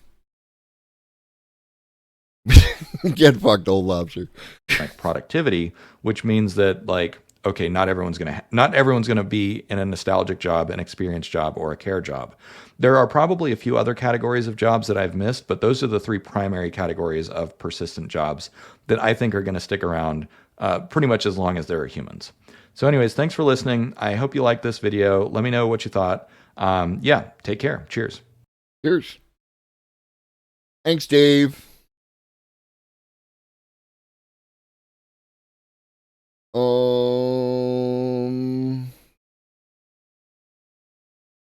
All right, let me do.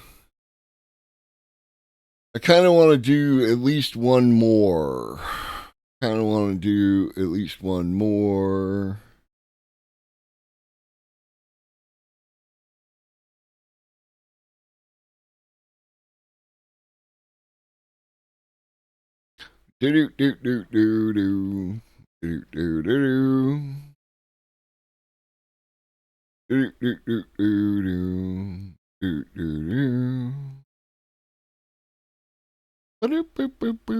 What volcano? That volcano? Which volcano is that?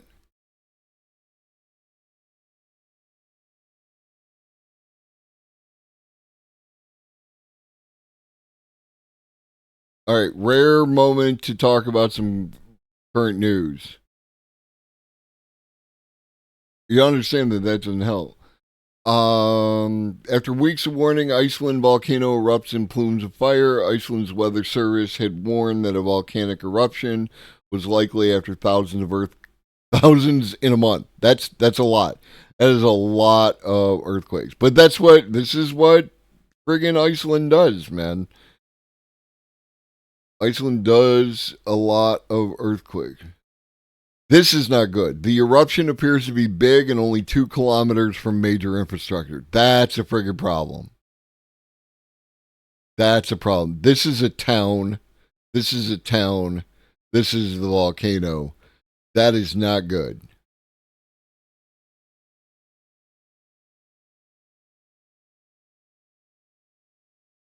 Yeah, the country's seen this before a lot. Yeah, but they I hope that because earthquakes have been detected, because Iceland has a lot of experience dealing with this kind of thing and tends to care about its people.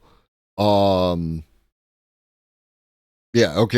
evacuated this town over here, which has more than 3,000 people. They got them out of there, and probably everybody just went. That's a weird thing, right? That when they go to evacuate you, you don't try to spray the lava. You just get the fuck up and get the fuck out. Yeah. All right. So, best of... Oh.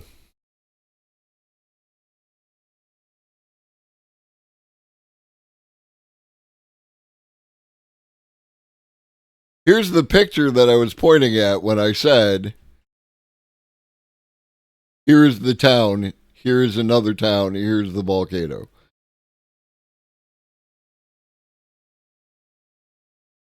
Live from, and this is another amazing thing about living in the future is the webcams, right? Not those kind of webcams, but like these kind of webcams where you can literally see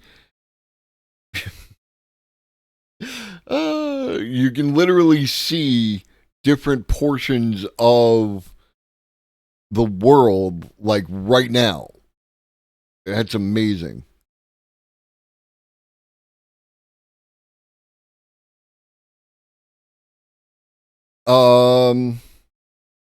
So this is something I wanted to watch, and I might as well watch it with you. It's short. Because I saw an article. Standard beige box with. I saw an article talking about issues with the weight of the graphics cards are like damaging the motherboards, right? Like we know this, and they now come with supports and stuff like that. And my first thought when I looked at this article was like, we used to have PC cases that were sideways, right? Like where it wasn't a tower, it was laid on its side. And it feels like if you were to do that with these modern graphics cards that are way too heavy and they bend like that, then why don't we go back to the other way of doing it? And I know that there are reasons, but then I came up to this video of the evolution of PC cases from this dude. I guess you could consider the wooden frame that the Abacus came in as the first computer case, but today we're going to start by talking about the case from the original 1981 IBM PC. The original personal computer from Big Blue was obviously... Like one of them Apple Cubes? No, they don't make those anymore. I like the aesthetic of that Apple Cube. Friend of mine got a Series X, the Xbox Series X. Oh, you got one of them little cubes, one of them mini joints. The Series X, that monolith looking tower, I enjoy that aesthetic. It is so Microsoft. It's so the anti-Apple Cube, thing. I like it. I don't care. A tremendously important computing platform. Aesthetically, the PS5 is ugly as shit. Right? The fact that the curves and everything else, I don't understand it. There's a reason why the VCR and the DVD player were like square things that were easy to put in a place and stack. The fact that it's got these curves just makes it more difficult to put it in any particular place.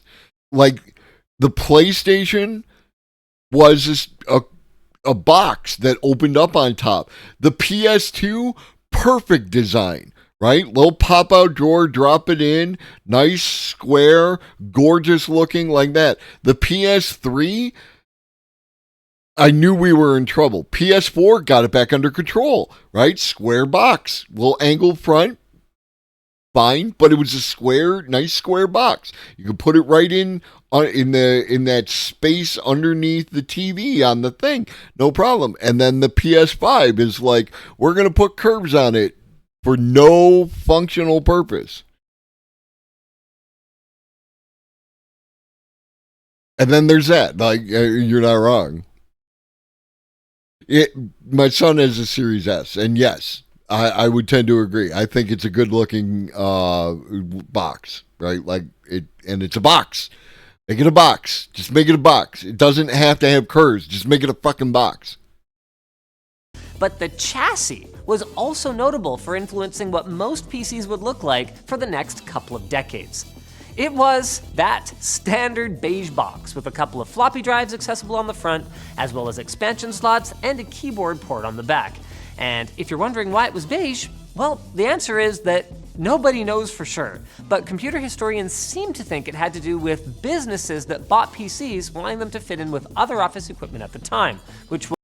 And I would say that it, like in the same way of the aesthetic, like if you're not aware of your paint colors, there is grayish, which is a combination of gray and beige. There's agreeable gray, which is a gray with like a little bit of a brown tint to it. And there's mega grayish, which is more on the brown side of grayish. There's a color called grayish. There's a color called grayish.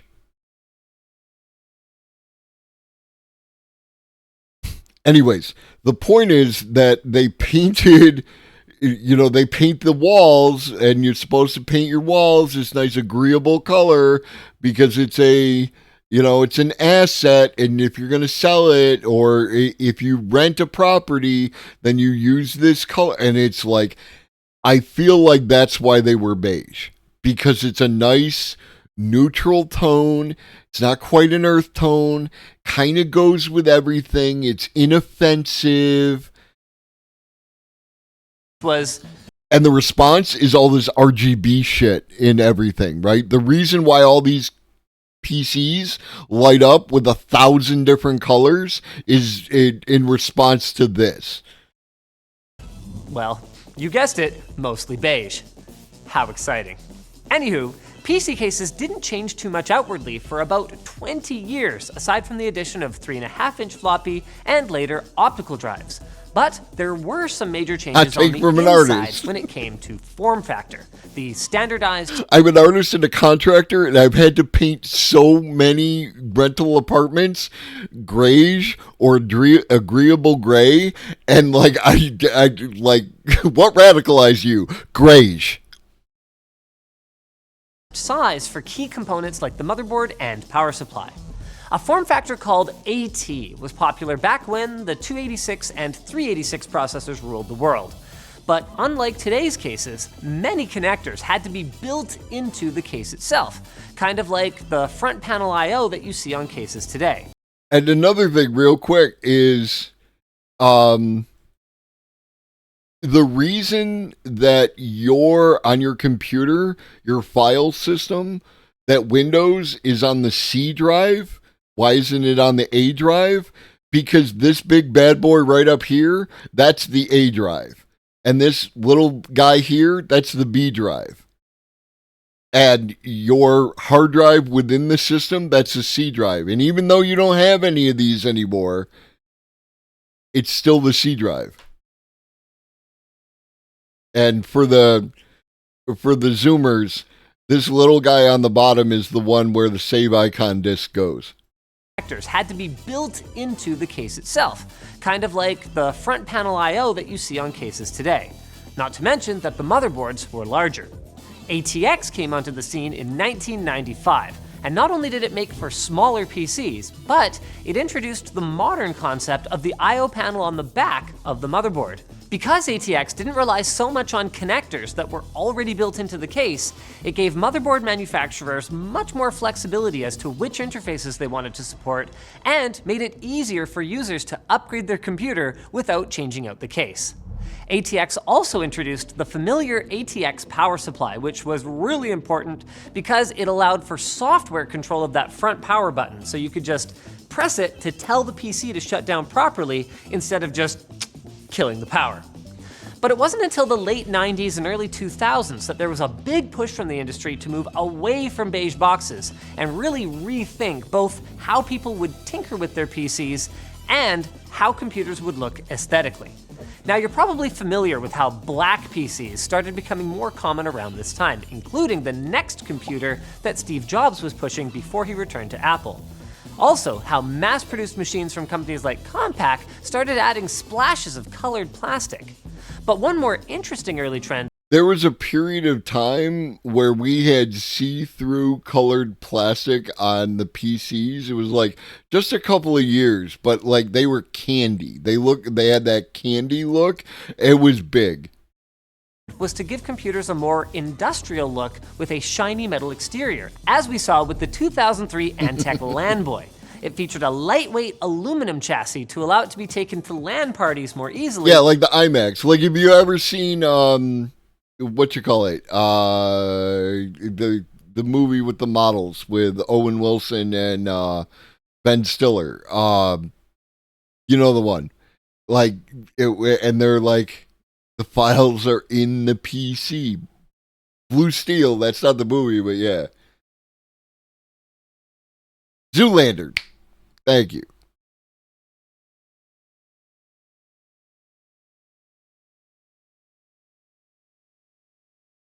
For people who don't know what the fuck we're talking about, this bad boy right here.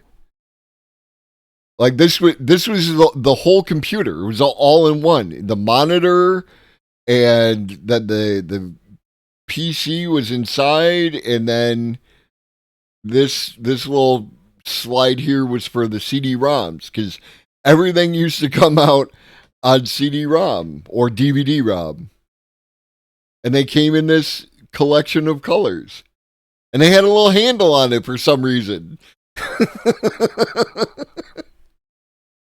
So you can take it with you.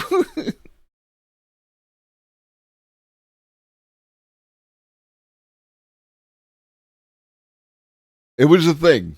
It was a time.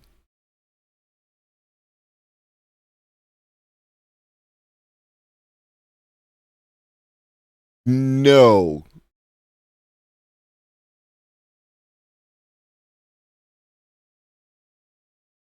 Apple laptop shaped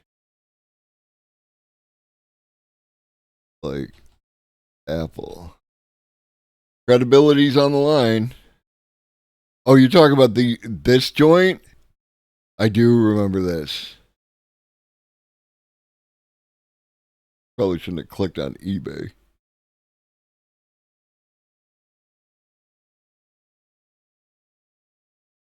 The clamshell? Is that what we're talking about? iBook G3? This is what kids' toys look like, right? Like if you get your kid a laptop, right? And by kid I mean child. Like that. This right here. I used one of these. Like, let me get the Apple Macintosh. Macintosh. Does it get an Apple Macintosh? 512K.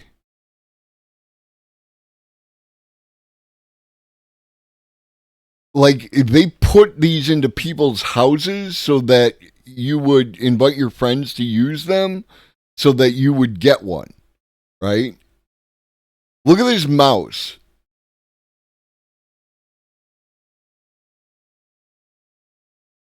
Look at this fat, chunky non-ergonomic mouse with its one absurd Apple button on it. Yeah, 1984. You want to? This is the 1984 you were warned about. Grew up in a college town with a coffee shop that had Ethernet ports. There were a non-zero amount of people that brought their iMac to the coffee shop for free. Like the whole thing. That's why it had a carrying handle. But yeah, this was, and this screen is like is tiny. It's a little ass screen. Y'all don't know. Y'all don't understand. And even had a side panel window so you could show off your totally sick Athlon XP and be the envy of your fellow nerds. And it wasn't just custom builds by gamers that featured this aesthetic. Apple also jumped on this train with the Power Mac G5 with its famous cheese grater front panel that inspired the Mac Pros that you can buy today. Of course, not all gamers wanted that look, as this was also around the time you started seeing those all acrylic cases that people would often fill with neon parts. Those builds did look extremely messy, but hey, they were a heck of a lot more interesting than buying a beige box from Dell. Not long after, in the mid-2000s, 3.5-inch drive bays started to disappear, and when a case did still have them, users would often install a different device, like a card reader or a fan controller to make use of the space, because people simply didn't need floppy drives much once USB drives became a thing. So people were now thinking then about removing unnecessary features from cases rather than adding more. Combine this with the continued popularity of windowed cases, and design philosophies shifted towards making builds look more tidy and elegant. Hence, built-in cable management features becoming popular in the late 2000s, tempered glass in the mid-2010s, and of course, more minimalistic aesthetics overall, driven in no small part by fractal design. Even tackier designs, like the infamous Antec Landboy Air, which could fit over 24 fans and featured... That's DeWalt. Just write DeWalt on the side of that, and that's what that is. And that's a lot of fans, and I love it. I actually love this. I love this aesthetic. I love this aesthetic. I think this is kind of great. Bungie supports for hard drives used modularity as their ethos, so the case was supposed to be easy to rearrange or strip down as the user saw fit. It wasn't. This was also a time where components were becoming more powerful than ever, and real thought needed to be put into ensuring that systems were cooled properly. The Antec P180 from 2006, these guys really weren't afraid to innovate, were they? Featured a separate chamber for power supply cooling, similar to today's power supply basements. And in the early 2010s, we started to see cases make excellent use of the space once taken up by clunky bays for optical drives and full-size hard disks, and instead dedicate it to water cooling radiators and reservoirs. And even gamers not running a fancy liquid cooling setup often could use that space as one gigantic air intake. Oh yeah, and somewhere in there, RGB happened. People really like RGB. That did merit a mention. Thanks for watching, guys. Leave a like or dislike, depending how you felt. Interesting. Calling for the dislike if you didn't like it. I respect. I respect that. This is like, my keyboard is an RGB keyboard. It doesn't flash or anything. It just lights up. And like my fan is a single color, and it stays one single color, and like that. All right, so that's going to wrap it for today.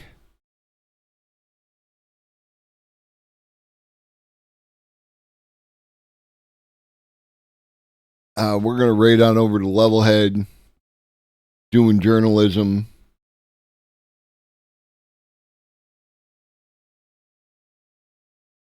If it's your first time here, hit that follow button. Like and subscribe to stay notified, all that good crap. We'll be back on Wednesday with more content. Not exactly sure what. I'm sure that there will be more AI and future and technology news in between now and then. And then Friday, we're going to be talking with Dr. Yasmin. So that'll be cool when we talk about language. and things around that kind of stuff. I think that's everything. I appreciate every one of you. Appreciate Boyd. Appreciate Old Lobster for the biddies today. Appreciate Donnie for the sub. Y'all are great, and I'll see you in the Discord for as I said, I'm willing to do stuff. If you know automations that can happen with Me6 that would benefit the community, then by all means, put it in the ideas channel, hit me up, let me know. Eat some food, drink your water, take your meds if you forgot. Shoggy loves you. So do I. So does Ferris.